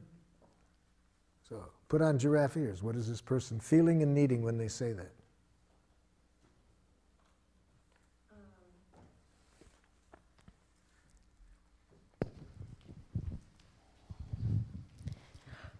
Are you feeling afraid? They've already told you the feeling. That's easy. So the afraid. Are you? So you're feeling afraid because why? Why are they afraid? that you don't trust my offer to help? Now put that in a need. You need some reassurance. That I'll really be there? No. I need reassurance that if you're there, you're doing it for you and not for me. See, they want to be sure that if you're giving out of self-fullness, not selflessness. Now, what about if you're not 100%? Don't do it.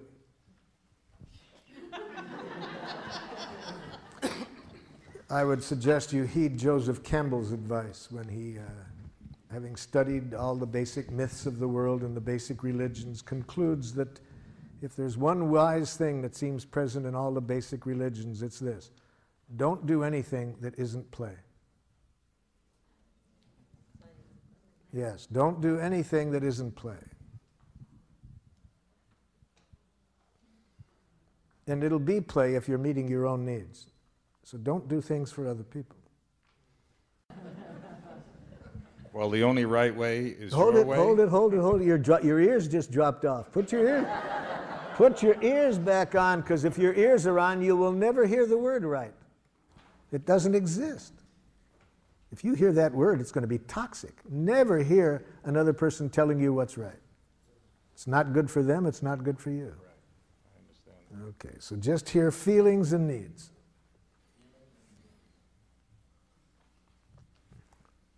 I tell you 30 times you don't listen. My God, can't you see this bed? Pardon? No, you don't. You're proving now you don't. Isn't it funny if you were listening, you wouldn't say, I listen. Isn't it funny how he always comes in? Pardon? It's funny how he always comes in. Yeah. So, what's this person feeling and needing?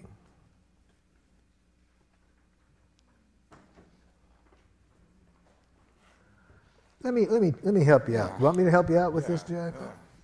Let me put on some giraffe ears here. So, Jackal, is it that it's frustrating when you have a certain sense of order and you'd really like to have that order maintained in the house? Well, that's a part of it, but that's not the only thing. I've told him over and over again. Oh, so is it that you feel hurt because you have a need to feel like your needs matter? Yes. It's like this doesn't matter to him. He doesn't care. So what's really the pain for you in this is your need to feel like you matter, that your needs matter. Yes.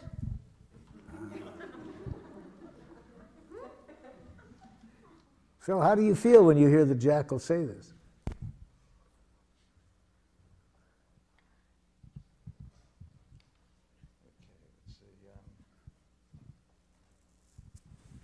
I'm feeling like I don't, well, that's not a feeling. I'm glad you're catching it. Right. Feeling confused. Yeah? Feeling confused, primarily because I can't identify the needs that are being expressed. So you would really like to be able to hear a need like that when it's really going on? Yeah, I would like that. Yeah. You don't act like you do. Hold it, Jackal. Hold it, Jackal. That isn't going to make it easier for him, Jackal. That isn't going to make it easier. So it's really painful for you. It's hard to believe that he cares enough to really matter. Yes, because I've told him over and over, so it's really for you an issue of whether your needs matter. Yes. I'm feeling that it's not so much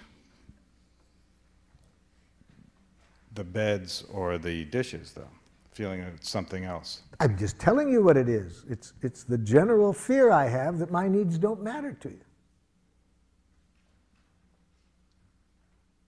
How do you feel when the jackal tells you that? Still confused. What makes you confused about this? Because I don't know how to respond to those needs. What it would take is just empathy. If she could just feel the empathy that I just gave her. If you could just say, are you feeling in pain because you have the need for reassurance that your needs matter? Yes, yes. I've tried to tell you that for years. You don't listen. Now it comes in. I guess now I'm feeling sad because I'm not meeting the needs. Hold your sadness. She needs more empathy. See, this is what often happens. We get to our feelings too quickly. With my help, we just got started. This is not the end. There's a lot more pain in there that she needs empathy for before she can hear your sadness. So, Jackal, am I hearing you that for you the real painful issue here is not being confident that your needs matter? My needs have never mattered in any relationship, not in my family and not now. So what's real painful is for you to feel that your needs matter, and this has been going on a long time. Yes. Yes, I do everything I can. I've told him over and over again. So you do everything you know how, and when your needs still don't get responded to, it really hurts. Yes. Now, see, it hasn't been easy for me to give this jackal empathy. I was wanting to jump in and educate her, but the way you're asking for it, Jackal, I think is going to make it hard for people to give it to you, see. I've wanted to say that almost every time. So I had to take a deep breath and realize empathic connection before education.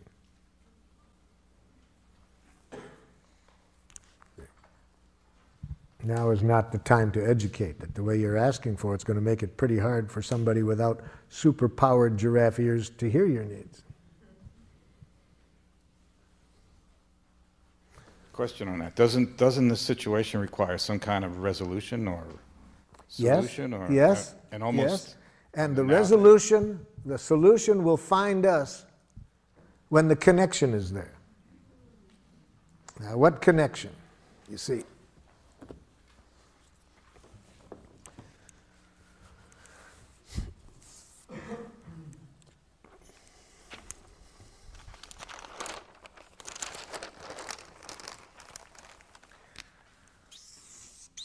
here's your wife's needs.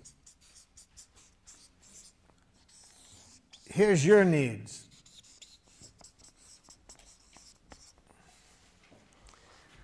When she hears your needs without hearing any criticism or demand, and you hear her needs without any criticism and demand, the solution will find you. The conflict will resolve itself. It does need to be resolved. But what most of us do, we skip this and go right to here. For example, I sometimes do workshops just with married couples or other people living together in a love relationship. And what we do to begin the workshop, we identify the couple who has had a conflict, the longest outstanding conflict that could not be resolved. And I make a prediction, and it's right. My prediction has been accurate in maybe, I'm sure, at least 75% of the cases. But my prediction is this, that we will resolve the conflict within 20 minutes. Within 20 minutes from the point at which both parties can tell me what the other party is needing. Okay? Now, one time we found a couple married 39 years. 39 years had a conflict, had not been able to resolve this conflict. The wife said to me, Marshall, I can tell you right now, we're not going to be able to resolve this within 20 minutes. We have a good marriage, we communicate well, but this is just one of those things that we're different people and we just have a conflict here. Now I said, let me correct one thing. I didn't say we're going to resolve it within 20 minutes. I said within 20 minutes from the point at which you can both tell me what the other party is needing. Oh, she said, Marshall, when you've been married 39 years and you've talked about something almost every day, I can tell you we understand each other. The problem isn't that. We're just two different people in this issue. Well, I said, I've been wrong before. I can sure be wrong this time, but let's see. We'll find out within 20 minutes. So first, tell me what his needs are in this situation. He doesn't want me to spend any money. He responds immediately, that's ridiculous. 39 years of communication.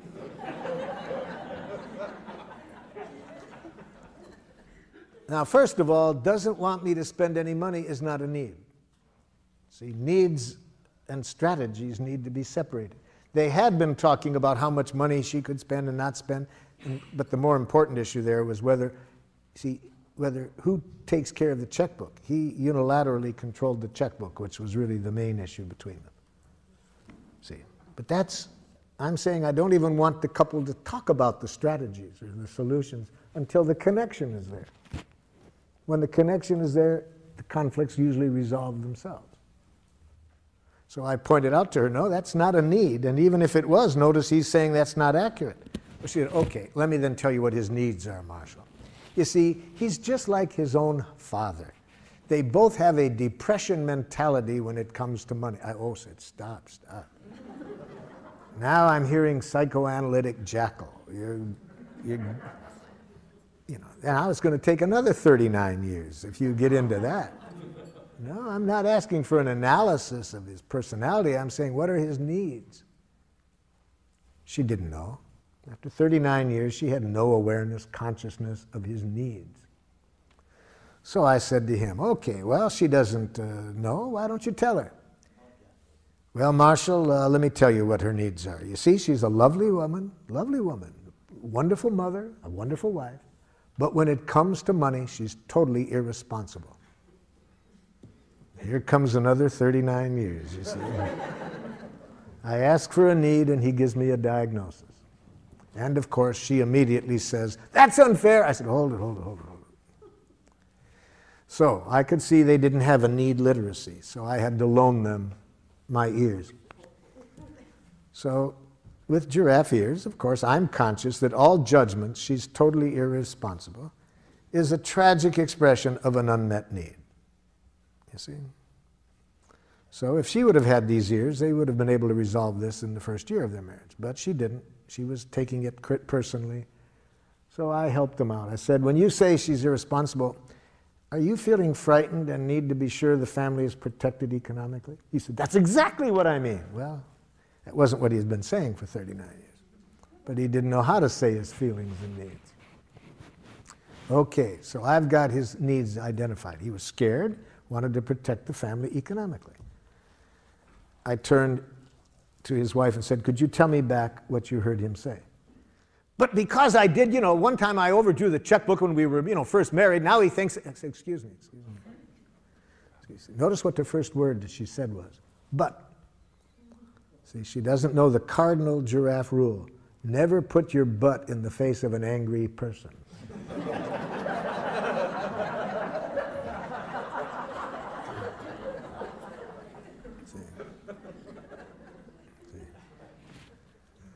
I said, what are his feelings and needs? But, no. What are his feelings and needs? Want me to repeat them? Yeah. I hear him saying he's scared. Well, but, no, hold it. Calm down, calm down. Hear his feelings and needs. See, but after 39 years of enemy image, it's not easy for somebody to shift these images, you see. Once we get one of these images in our mind of the other person's wrongness, even when they are expressing their needs, we don't hear it. These enemy images are hard to get past, you see. So she's been seeing him as cheap and having this depression mentality for 39 years. See? So she can't see the human being behind her image. I said, let me repeat it again. I hear him saying he's scared because he needs to protect needs to protect the family economically. Can you say back? Yeah, he thinks I'm irresponsible. Let's try it again. After 3 more repetitions, finally, she could hear his needs and feelings separate from her judgments. Finally. Yes? Did you try to empathize with her at any point? Or did you just keep repeating his need and try to get her to Yes. After I had tried twice to get her to hear it, I could see she was in too much pain to hear him. So I had to do what I was just demonstrating like this. Actually, I had needed to give her some emergency first aid empathy. So you did do that. Before I could pull her by the ears to get her to hear him. So if after I tried 2 times to pull the jackal by the ears, it's hard to do that because they keep trying to bite, you know, then I back off. So it really hurts when you hear criticism. Yes, yes, I mean, blah, blah, blah, blah, blah, blah. Yeah, and so you really need to be trusted. Yeah. Okay. Now I'd like to repeat what he said, and I'd like to have you tell me back what he heard. So yeah, I did have to do a little bit of cleaning up the mess before I could. See, every image that she's heard in the past, every criticism, which she'd heard for years she was irresponsible. Now it's hard for her to hear the need that was being expressed all along behind that. So finally I get her to hear his feelings and needs. Okay, we're halfway through. Now this much took me an hour. Okay, now I try to help her. So could you tell me now what your needs are? Well, just because I made them, you know, I overdrew the checkbook, you know, before, you know, that doesn't mean I'm going to do it again. He said, yes, but we could be out of money, but excuse me. So, you're really frustrated, and if I hear you correctly, you have a need for some trust that you can learn how to handle money. Yes. Okay. Husband, could you tell me back? Yeah, and we'll be out of money by then. Excuse me. Can you tell me what her feelings and needs are? Would you like me to repeat it? Yes. Okay. About 3 more repetitions, he hears her. It didn't take 20 minutes to resolve it at that point, you see. Whenever I go into situations where there's been a lot of conflict, I don't even allow the people to talk about strategies until they're connected at the heart level. I was working with 2 tribes in northern Nigeria, one Christian tribe and one Muslim tribe. 1/4 of the population killed in 1 year. 1 out of 4 people killed. Took my colleague 6 months to get them to agree to come into a room together. During that 6 months, 60 people killed. So by the time it took us to get everybody into a room together, 60 people killed. So now it's not a husband and wife I have on opposite ends of the table, but the chiefs of 2 tribes. I start the same way I did with the husband and wife. I'd like to hear you express your needs. What needs are not being met? I'm pretty much guessing ahead of time I'm not going to get an answer to my question, because if people had been communicating at the need level, there wouldn't have been 100 people dead. So I wasn't surprised when instead of getting an answer to my question, I got this back. These people are murderers! Well, you've been trying to dominate us! See, I ask for needs, I get back diagnoses. So just as with the husband and wife, I put my ears on, translate each statement into a need, get the other side to hear it. It wasn't easy. I had to do a lot of first aid empathy to get, because like when I got this person behind murderers was, so you are frightened of any use of violence to resolve conflict and want some agreement to resolve it in some other way? Yes, exactly. Okay. Could you say back what you heard? Then why did you kill my child? So it wasn't too easy. But anyway, it took about an hour again for me to get one need expressed, one need heard, one need expressed, one need heard. And one of the chiefs who hadn't spoken yet said to me, if we know how to communicate this way, we won't have to kill each other. See, it just took 1 hour to see that if they can just stay connected at the heart level, nobody has to die. There's plenty of resources for getting everybody's needs met. But we lose that when we get up into our head and start to analyze wrongness. Yes? But does this need understanding develop into a, well, sort of a, not necessarily a give and take, but where one person would give in to the other person's need? No compromising in giraffe. Not necessary to compromise. Everybody's needs can get met. Nobody has to give in. Nobody has to give anything up. Because I agree with you, I have to say, and especially when it comes to doing things for other people, because my theory is that if I do something for someone else, that gives a person power over me. Well, whereas if I do would it put for it this myself, way. If you do anything that involves giving in, both people pay for it. Nothing has been resolved. It's going to create problems. So is there a needs dialogue or needs literacy you mentioned that I have understanding what they are? Need literacy in my book. And if you want to develop your need literacy, I suggest you do the following activity. First, identify your most frequently used jackals, the ones you use the most, and next, the ones you're the most afraid of. Do it this way. First, on a list, make a list of how you talk to yourself when you're less than perfect. And those of you over here who said you were perfect, you'll have to skip this part of it. But for those of you who aren't perfect, make a list of how are you most likely to speak to yourself when you're less than perfect. So that's jackal list number one. Next, make a second list. What are the jackal messages that go on in you when you are angry at others?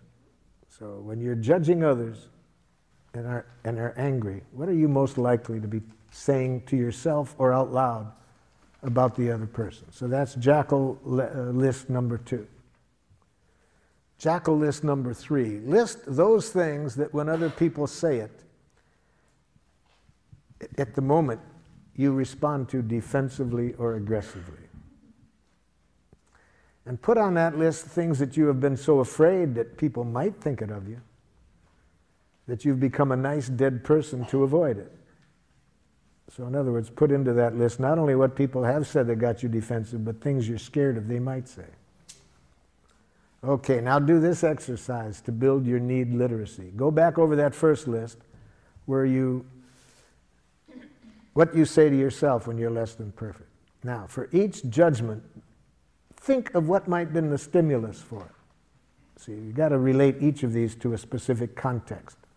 So, say to yourself, let's say the first thing is you have in your list number 1, what a dumb thing to do. Okay. Think of what you might have done to stimulate that. Okay. Then put on giraffe ears and hear the need behind stupid. See, I'm saying that all judgments are tragic expressions of unmet needs. So ask yourself, when I say that to myself in that situation, how stupid, what need am I expressing through that judgment? What need of mine isn't getting met? And here's where you can use the list in my book. If you can't come up with it yourself, just look through the list and your body will tell you when you're getting close. Really, because, yeah, that's what my need is. See, the need comes much closer to the truth than any judgment you make of yourself. So do that for every item on the list. Second, what you tell yourself when you're angry at others. Again, identify concretely what the other person might have done to stimulate this. Then ask yourself this question. When I judge people as idiots for doing that, what need of mine was not being met in that situation? Again, try to guess it without my list, but if you can't find it, look through my list to find one that comes closest. The third list, what others say to you to get you defensive. Practice putting on the giraffe ears. Imagine what you did to stimulate it. And in that situation, guess what the other person's needs were that weren't getting met. So you see, it's just learning a new language, learning for every time there are these jackal judgments, to as quickly as possible to bring yourself back to life. Or more specifically, connect to needs. Needs are life. Yes? My question is, I never know what to do when I know I'm never going to meet another person's, expectations of me. Yes. Well, first of all, never hear an expectation. That's thoughts. Expectations are thoughts. Don't hear it. Don't even hear expectations. Hear what the need is. What is the need that the person is asking for you to meet? You don't want to live up to expectations, but it is fun to meet needs. Do you think that that human beings can always meet other people's needs if they're real? All of our needs can be met. I don't think you have to do it. There's several billion other people that could meet the other person's needs. Even if you could do it, you may choose not to. I see. And that won't be a problem. The other person can hear a no if they first feel empathy for their feelings and needs. That will leave them feeling at least that their feelings and needs matter. Right. That makes sense. Yes. But then again, you have to know how to say no in giraffe. That would be good for me to learn. Well, let me help you out. Never use the following words when you're saying no in giraffe. No. I can't. I don't want to. I don't have time. It's not possible. Okay. Now you know how not to do it, right? Now here's how you do it. To say no in giraffe, you need to be conscious that a no is a poor expression of a need. So say the need that keeps you from saying yes. No. So if you had giraffe ears on just now, you wouldn't have heard me saying no. You would have said, what is Marshall's need that's keeping him from saying yes? And you might have said back to me, Marshall, are you having a need for completion of other things you'd like to do right now? You see? You would have tried to hear the need behind the no. So what I said is, all no's are tragic expressions of a need. So say the need that keeps you from saying yes. Don't say no. The way that I have this framed, I feel as though I am responding to a person's expectations. So it's a work environment. Are you feeling afraid of being held responsible for the quality and quantity of the work that I'm doing? And this is to a supervisor. Are you feeling scared and need to protect yourself? That might be the need that I hear you guessing. Are you feeling scared and need to protect yourself in this matter?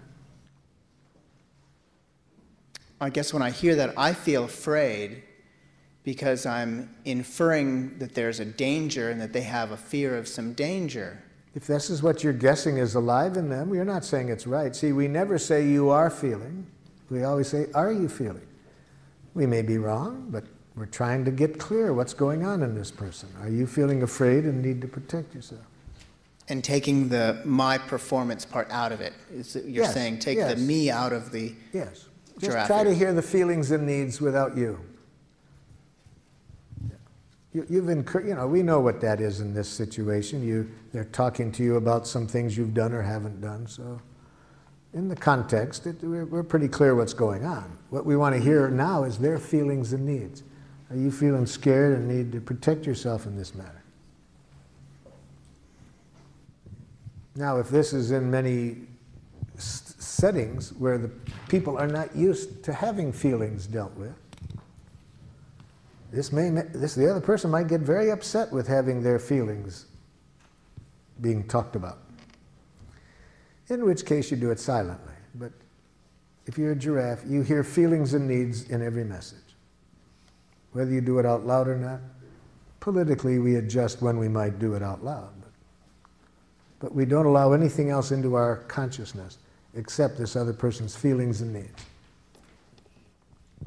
I think you said earlier that there's no compromise in giraffe communication. Yes. And so I would find it instructional to know how the problem between the husband and wife was resolved.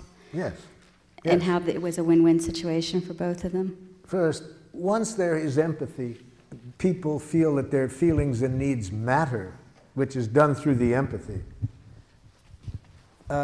You don't have the competitiveness, you don't have the charge. So here's how it went. After they both heard each other, he heard that it would really hurt for her not to be trusted, that she could learn. And once he felt really understood how scared he was that if she were to do what she did when they first got married and overdraw the account, she could hear that he wanted to protect the family. I think most 6-year-old children could resolve the conflicts that get nations into wars in which thousands are killed if you gave the 6-year-olds, you said, look, here are the needs on both sides, here are the resources. I'm confident most 6-year-olds could solve the conflict. So in this, it doesn't take a genius. What did it do? She said, I want a trial period to learn how to do it. First he said, I'm scared because, you know, you could go through a lot of money learning. So she agreed that during the trial period he would supervise her until he felt comfortable that she knew how to do it. Okay, that took about 7 minutes. But they hadn't been able to get to that in 39 years because of all the enemy images, the hurt, and so forth.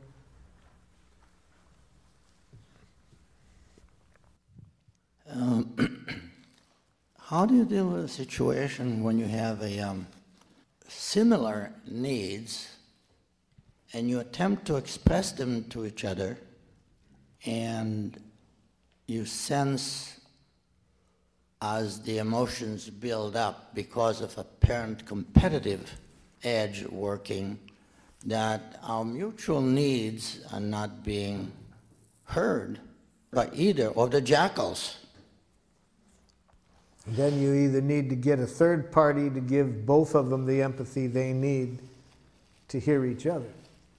So if the two people are in pain, they don't know how to give themselves enough empathy to be able to hear the other side, then you need to get a third party to give the empathy to each of them so that they can then hear each other.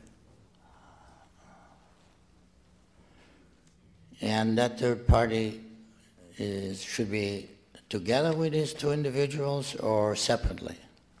There's different ways to do that. They're together, there's some advantages. But it could be that to give empathy to both sides separately and then help each side to hear the other side and then bring them together. Mm-hmm. Thank you.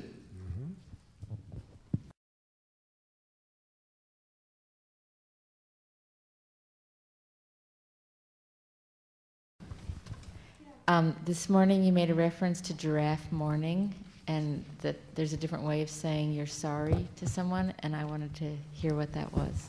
Okay, let's real quick look at what I mean by giraffe mourning. Think of something you did that you wished you hadn't done. And recall as best you can how you talked to yourself when you said it, or did it, whatever you did. So, what did you do that you wished you hadn't done after you had done it? And give me a sample of what you said to yourself when you did it. You have one in mind?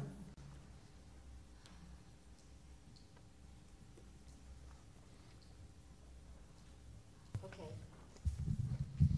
That I was feeling defensive and I criticized someone. So, what you did is you said some things to another person that you wished you hadn't done. Right. Okay, and what did you say to yourself when you did that? Well, usually in the moment I feel, defensive of myself. No, I want to concretely know, for this exercise, I need to know concretely what you say to yourself when you behave in a way you don't like. This is very important to answer your question about giraffe morning. It's very important to identify what your inner educator is saying to you. See this? All of us have an inner educator whose function it is to educate us when we are less than perfect.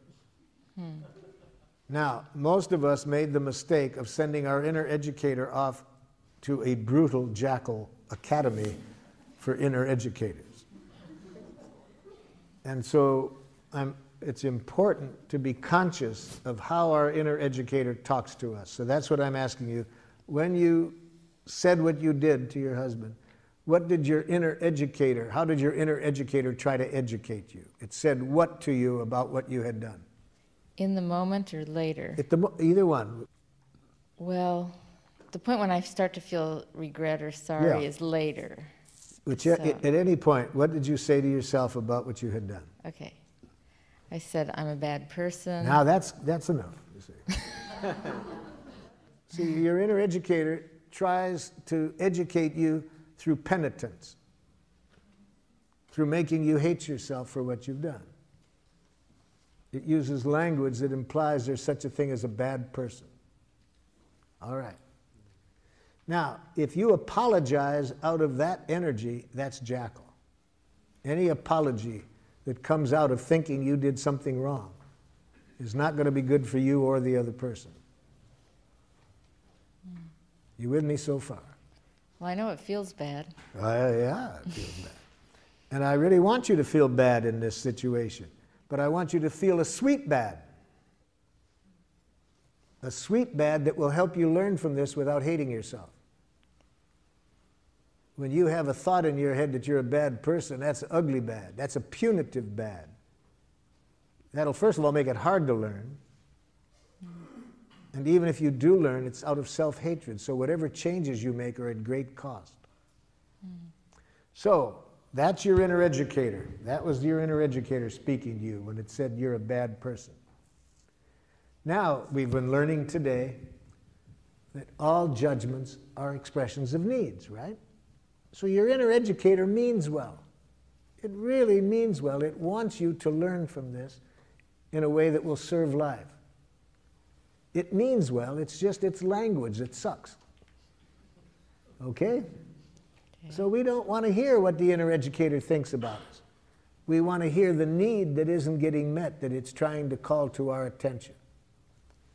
So what need is your inner educator trying to bring to your attention that you didn't meet by how you behaved?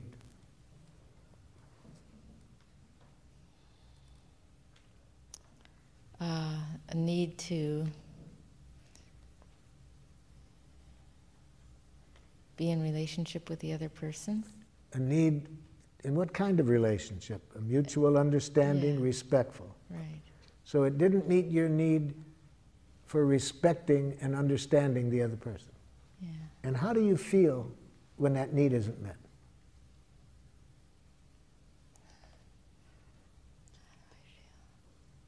Guilty.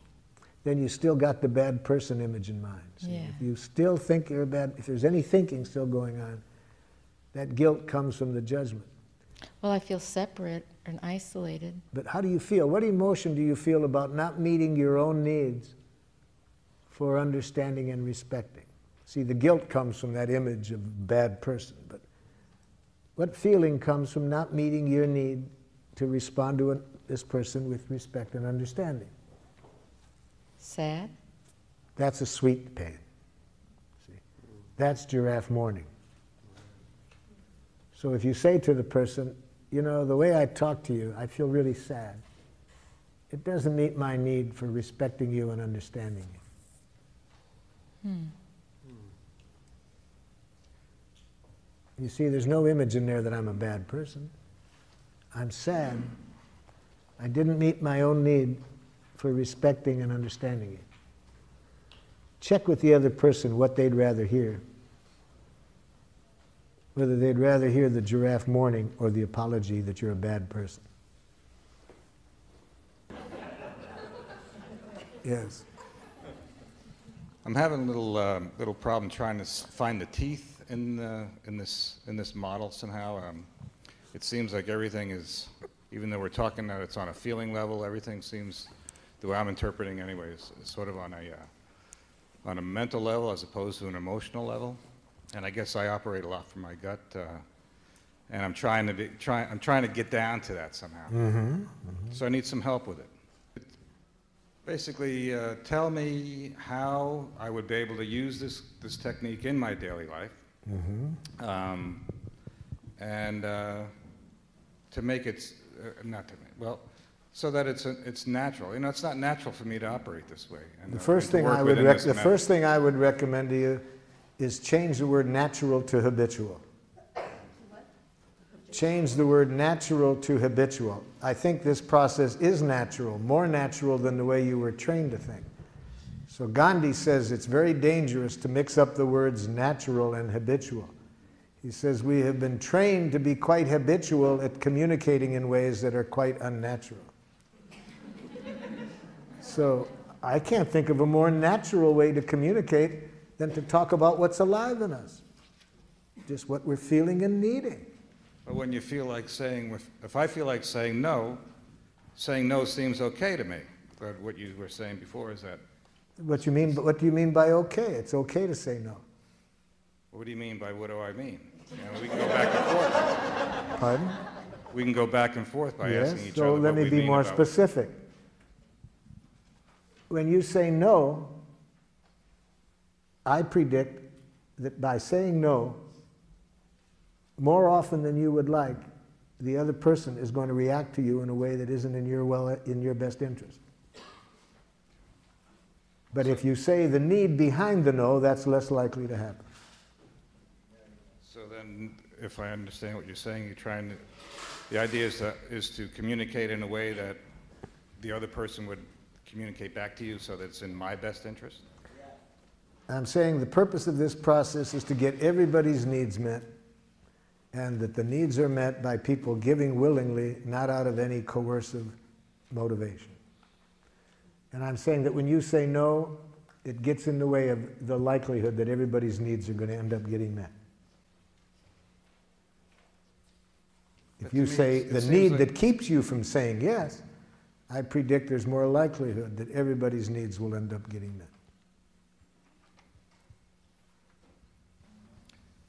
So it's just if I understand what you're saying, just express your needs without saying the no. But I'm saying the need is a clearer expression of what you're trying to say than no. You get clearer, more connected to life when you say the need that keeps you from saying yes than just saying no. And it's less likely to be interpreted as a rejection, as you being defensive. To say the no by itself, I predict, is more likely to get you interpretations that aren't in your best interest. Sometimes when I don't hear a no, I look at it as being sort of a passive-aggressive response to something that I might want.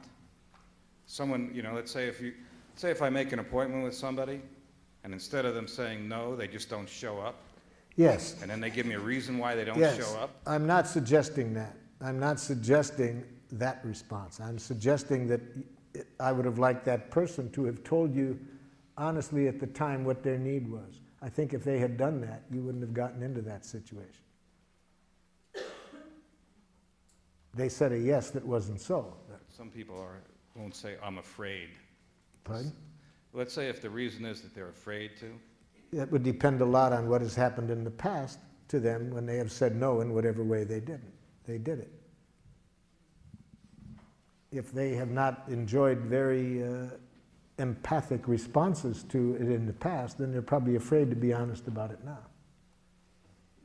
I see the value in all of this. Yeah. I really do. I guess it's the idea that it's a touchy-feely type of thing that I'm not used to working around. What you're trying to figure out, if I'm understanding, is how to really put this into a idiom that you can use daily and feels comfortable to you. That's one way of putting it. Yeah. And so in our training, we first show people how to develop the literacy and then how to put it into their regular language. I had a student traveling with me, and he wanted to give me a gratitude, okay? and he liked something I did. I was really working a group hard. And during the break he said, "Dictator." That was Giraffe. Because he knew that I knew what he was reacting to.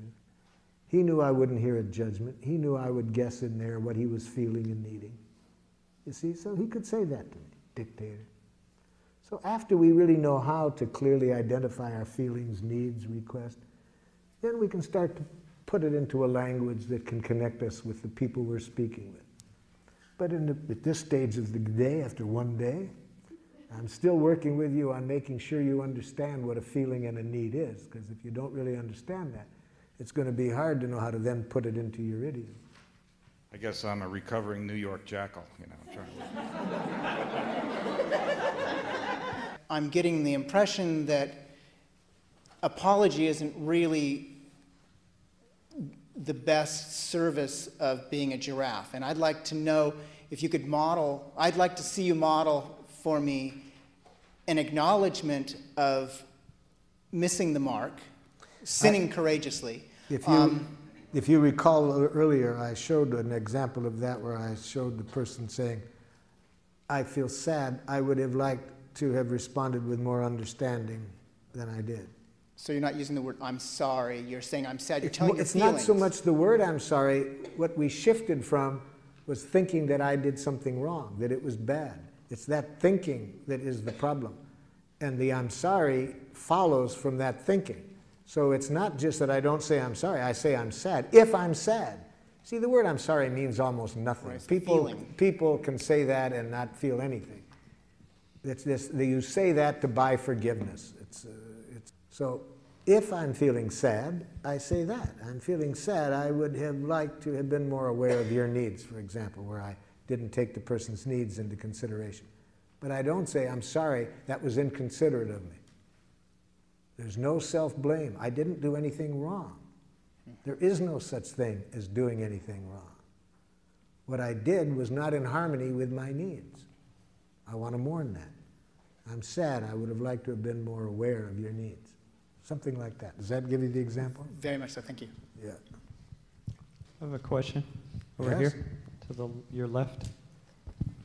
I have a situation with my intimate partner that many times we get together and we argue a lot. And I have this need that you were saying earlier is inappropriate, that I want her to be happy. I didn't say it was inappropriate. I said it was undoable. Okay, right. That's what she keeps telling me. But if you're going to tell me to be happy, tell me the action to get there. That I can do. If you tell me an action that you predict that if I do that, I'll be happy at the end, it would be helpful. Tell me the action. Don't just tell me be happy. Don't tell me to have confidence in myself. Tell me what you would like me to do to feel that confidence. The action will get me there, but just telling me what to feel puts me into a paradoxical bind. okay. Well, one of the other things would be when we get together, I don't necessarily want to be going somewhere with her if she's not in a good mood at that time, or if there's some kind of tenseness or something. Then empathize with why I'm not in a good mood, and I'll be in one. But telling me that I got to be in a better mood for you to want to go with me gets me in a worse mood. Okay.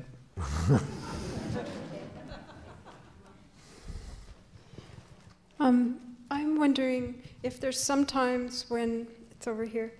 It's I'm feeling some anxiety about a trip I'm planning to visit my mother soon, and we have a dynamic where she really wants to help me figure out every detail of what I'm doing during my stay, and I like to be left alone. So let me show you how to do it.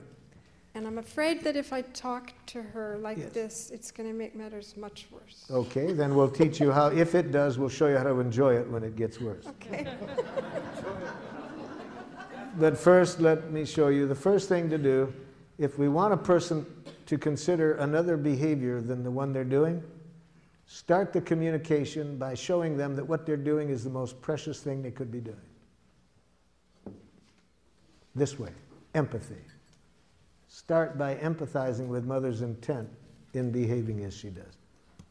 Mother, I'm guessing that when you jump in and want to show me all the things that could be done, you really care a lot about my enjoying myself on this trip and want to be sure you support that.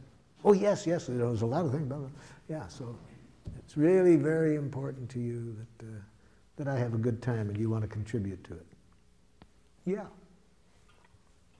That's step one. See what I mean? That's what I mean by starting, by showing you understand.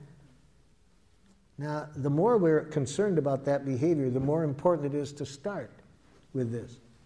See, that's why when I work in prisons and this person has been sexually molesting people or raping people, if I would like this person to find another way of behaving, the first thing I got to do is make sure they don't hate themselves for what they're doing. The more they hate themselves for what they're doing, the more they'll continue doing it.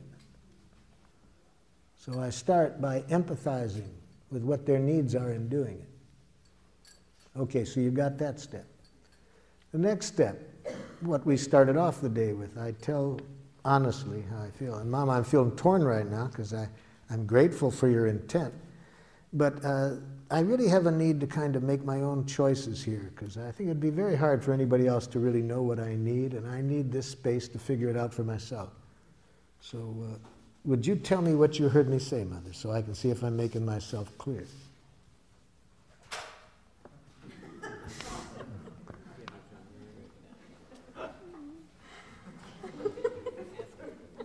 So now I know Mother didn't hear me. Now I know Mother didn't hear my needs. She probably heard a rejection. She probably heard that she's not valued. So, but it's important that I not think that her reaction is because of what I said. If I express my feelings and needs, it would be impossible for a person to react this way if they heard it. They would have gotten a gift. They would have the eyes of a little child getting a gift from Santa Claus. That doesn't look like what Mother's looking like right now. So Mom, could you tell me what you just heard me say? You don't want me. So you heard it kind of as a rejection, Mother. Of course, how else could I have heard it? Well, thank you for telling me you heard it as a rejection, Mother. Notice I didn't say, that isn't what I said.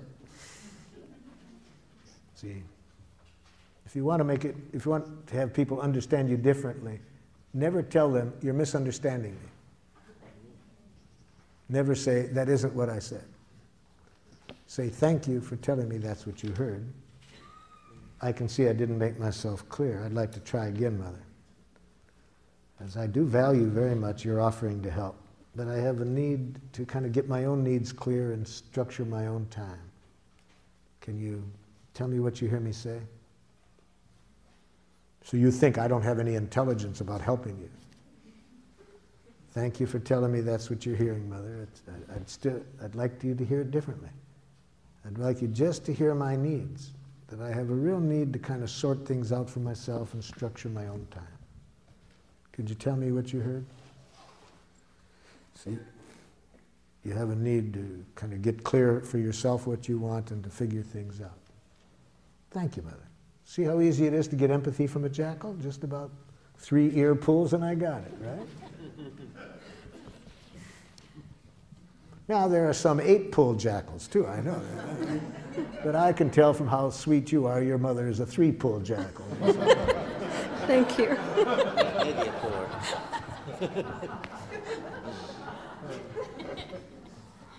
Yes. You mentioned earlier this morning about enjoying suffering. Could you elaborate on that? Oh yes, that's very important. Thank you for bringing back to me about it. Okay, a friend of yours says this to you. I'm a nothing. I'll never amount to anything. Look, I'm an assistant clerk at age 45. And my brother's a head of his company. And my sister is a top attorney. And I'm a nothing. Okay? Now, to enjoy this person's suffering, we have to release ourselves from 2 kinds of responsibility. First, that we didn't cause the pain. And we want to release ourselves from that, especially when the other person is trying to make us believe we did cause the pain. See, so if this person had started, and you're at fault for all of this, why am I nothing?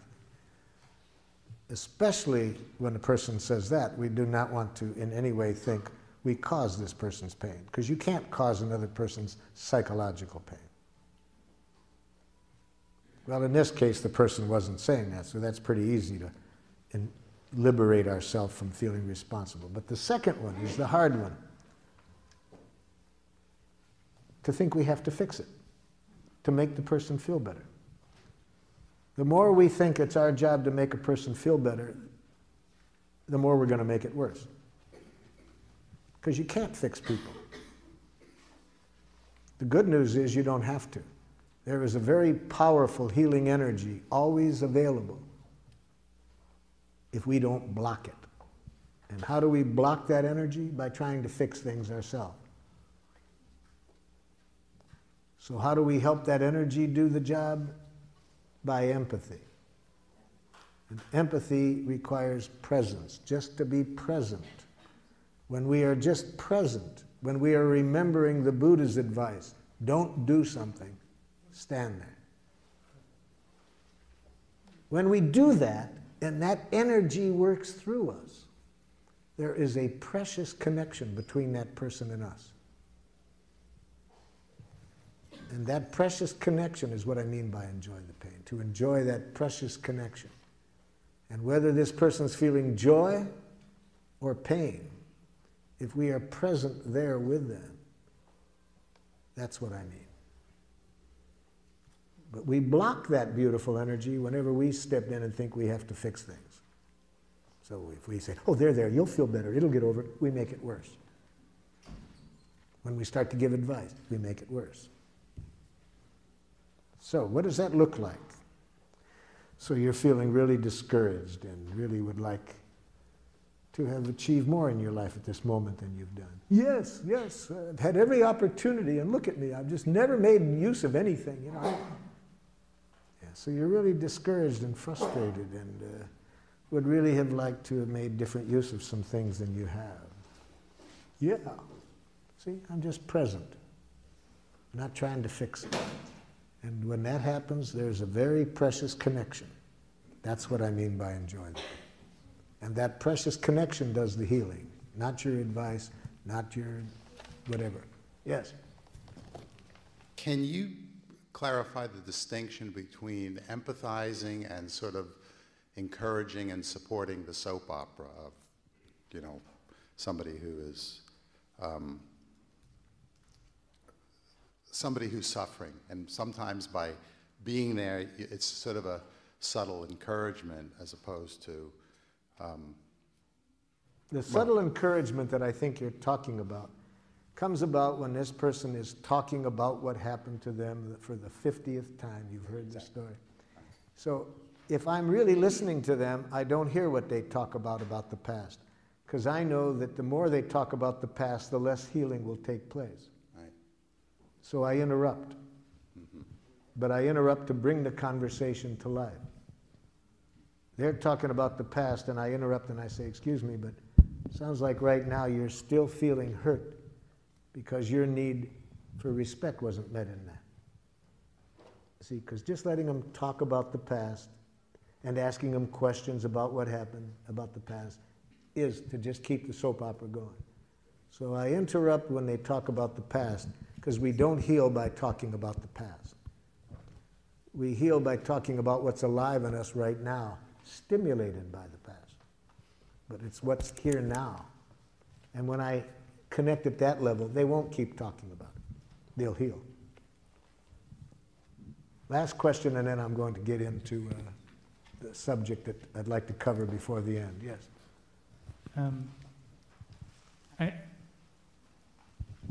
You talk about having, let's see, that someone else cannot cause our emotional pain. That's right. And I think about the abuse that I grew up with and that I see in Yes. a lot of families, Yes. and the suffering that I've Yes. experienced throughout my life, Yes. and through my recovery and all that. And yes, and other people were a stimulus for your suffering. And you were participant by how you dealt with it. For example, if you followed me in my work, you would see this very clearly.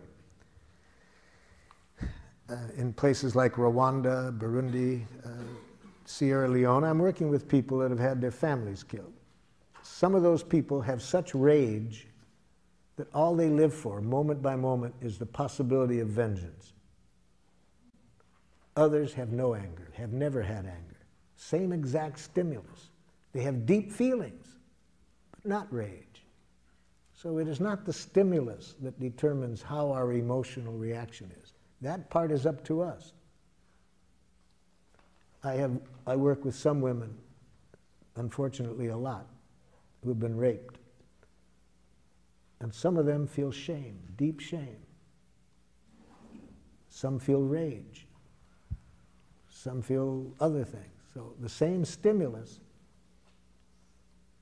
depends how people take it, whether they feel shame, rage, or other things. I'm working with a woman from Rwanda who had, she heard her 3 children being killed because she got to underneath the sink, hid underneath the sink in time. Her children didn't make it to the hiding place in time. They got killed. She heard them. She heard her husband being killed and her brother. She had to stay underneath there 11 days to save her own life because they stayed in the house after they killed the family. This woman has deep feelings, but never once has she had the kind of anger that makes her want to get vengeance. She's put all of her feelings, and lots of them, into preventing this happening to anybody else. You see?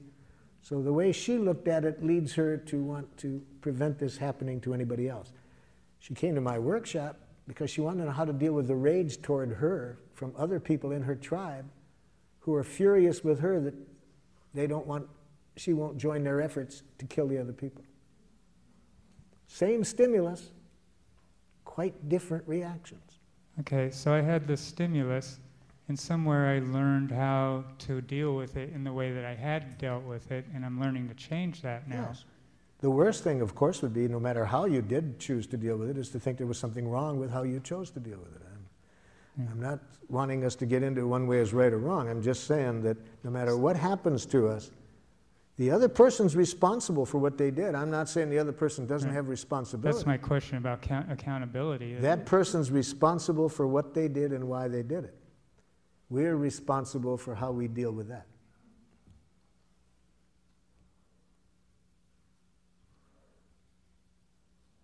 Okay? Let's get in. I'm just wondering how a child becomes responsible. I mean, still, you know, children. The first thing I do is I wouldn't want to teach the child the lesson I just taught you until I had given that child all the empathy that child needed, and I would guess it would be a lot. So I can see myself dealing with a long time of hearing this child's enormous pain as a result of this. But then, in the course of this, I would be seeing this child having some pain created by how they looked at it. So I would see that they're creating pain on top of pain by how they looked at it. So, after the child had all the empathy he or she needed, then I would do what I could to get them to see it in a way that wouldn't create unnecessary pain for themselves.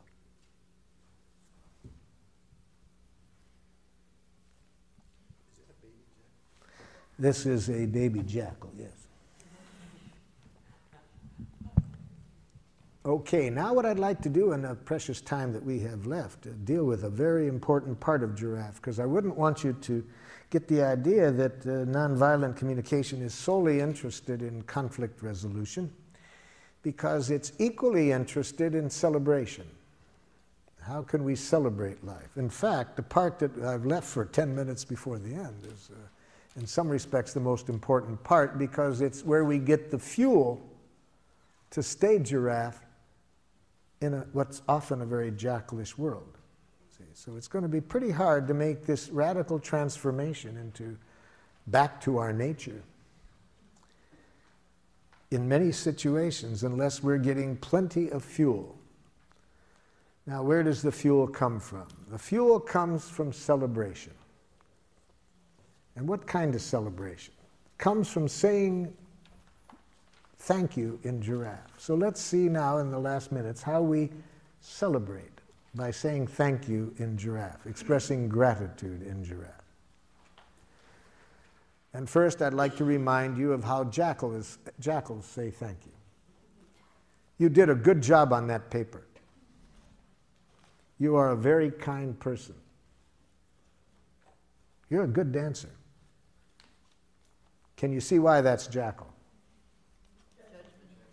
Moralistic judgments. Positive moralistic judgments are equally as violent in my estimation as negative ones. Namely, they reinforce the idea that the negative exists. If I say you're a kind person, I'm implying there's such a thing as an unkind person. I'm also implying that I'm the judge that knows the difference. So no more praise or compliments, okay? No more praise or compliments. Especially when you intend them as a reward. That's the ultimate dehumanization, to use thank you as a reward. To say it for the purpose of trying to reinforce something, to get the person to continue doing it.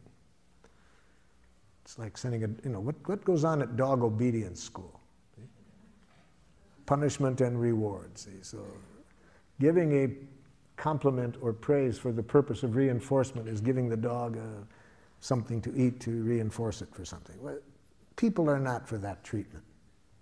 And it destroys the beauty of thank you. When people have to wonder, is this being said out of that energy? But it works. What does jackal? Studies in management indicate that if managers praise and compliment employees daily, production goes up. Studies in school show that if teachers praise and compliment students daily, they work harder. Jackal, take another look at the research.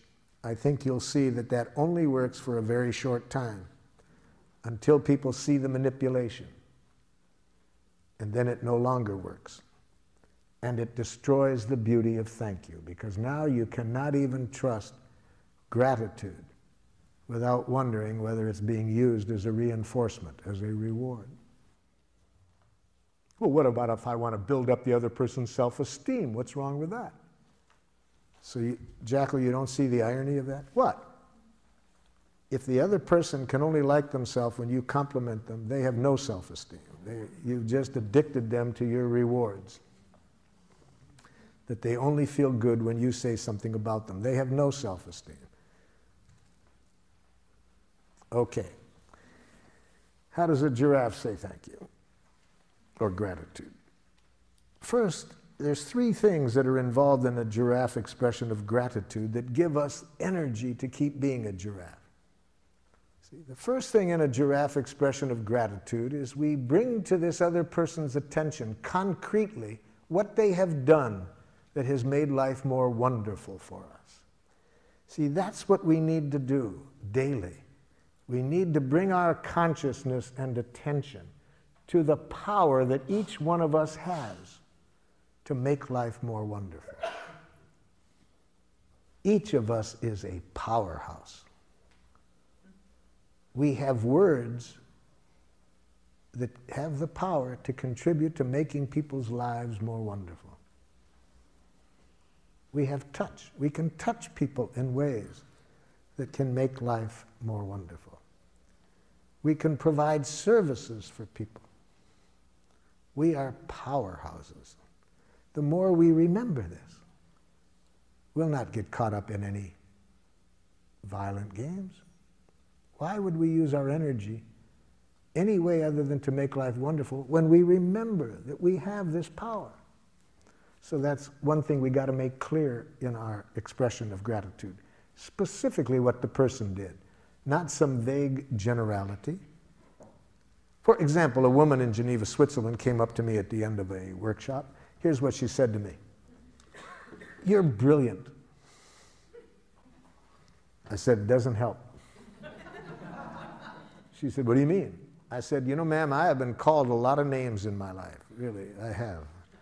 Some positive and some far less than positive. And I can never recall learning anything valuable by somebody telling me what I am. I think there's zero information value in being told what you are. And great danger, you might believe it.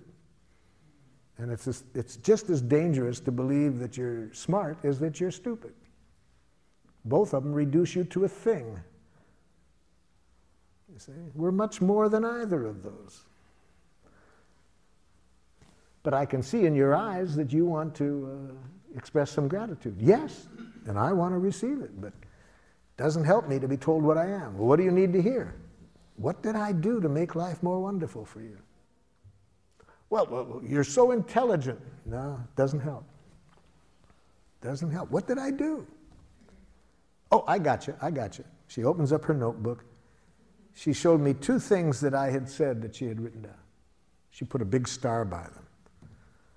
See, that helps me now. Okay, that helps me to know that somehow my saying those 2 things made this person's life more wonderful. So that's the first thing we need to say in appreciation. We need to bring to the person's attention concretely what they did that made life more wonderful. Second, at the moment we're giving the gratitude, to say how we feel at that moment about the person having done that. So I said to this woman, could you tell me how you feel now as a result of my having said those 2 things? She said, hopeful and relieved. Oh, hopeful and relieved. That gives me much more than telling me what I am, that I'm brilliant. Just to know that somehow my saying those 2 things, now this person feels hopeful and relieved. Now when I hear the third thing, I'll be able to really enjoy this gratitude. I said, what need of yours was fulfilled by my saying what I did that leaves you feeling hopeful and relieved? And that's the third thing we need to see in a giraffe gratitude. She said, I have an 18-year-old son. I've never been able to connect with him. It's been very painful that we never can connect, and I have needed some direction to help me connect with him. Those 2 things you said met my need for some concrete direction. So had she expressed her gratitude in giraffe, she would have said, Marshall, when you said these 2 things, showed me what the 2 things were. It leaves me feeling hopeful and relieved. It meets a need of mine to connect with my son in a way that I want. Okay? That's how we say gratitude in giraffe, those 3 things. And it's also important how we receive gratitude. Let me show you how a jackal receives gratitude. Jackal, when you offered to give me the ride just now over to where I'm going afterwards, I feel very grateful because I really have a need to spend more time with my family. And if I took the bus, I'd have an hour less time. It's nothing. De rien. See? If you want to terrorize a jackal, express love or appreciation to it. Really, if you really want to scare a jackal. I've never seen anything scare jackals speaking people more than sincere gratitude or love. Why do you get so nervous, jackal, when you hear it? Well, I don't know that I deserved it. See, jackals have this dangerous concept in their head, deserve. It's a very violent concept. See, it implies that you have to deserve appreciation. You do deserve punishment if you behave in a certain way. See, the concept of deserve is a key ingredient in a violent way of life. If you believe in deserve, you think certain things are worth things, and you'll set up a very destructive economic system. You'll set up a destructive correctional system. A very dangerous concept. Well, that's not the only reason. Why else do you get so scared when you hear gratitude, jackal? What's wrong with being humble? So you want to have a need for humility? Yes. Well, you know, jackal, there's different kinds of humility. I'm afraid that your kind is a jackal humility. I think your kind is the kind that Golda Meir, the Israeli prime minister, was reacting to when she said to one of her politicians, "Don't be so humble, you're not that great."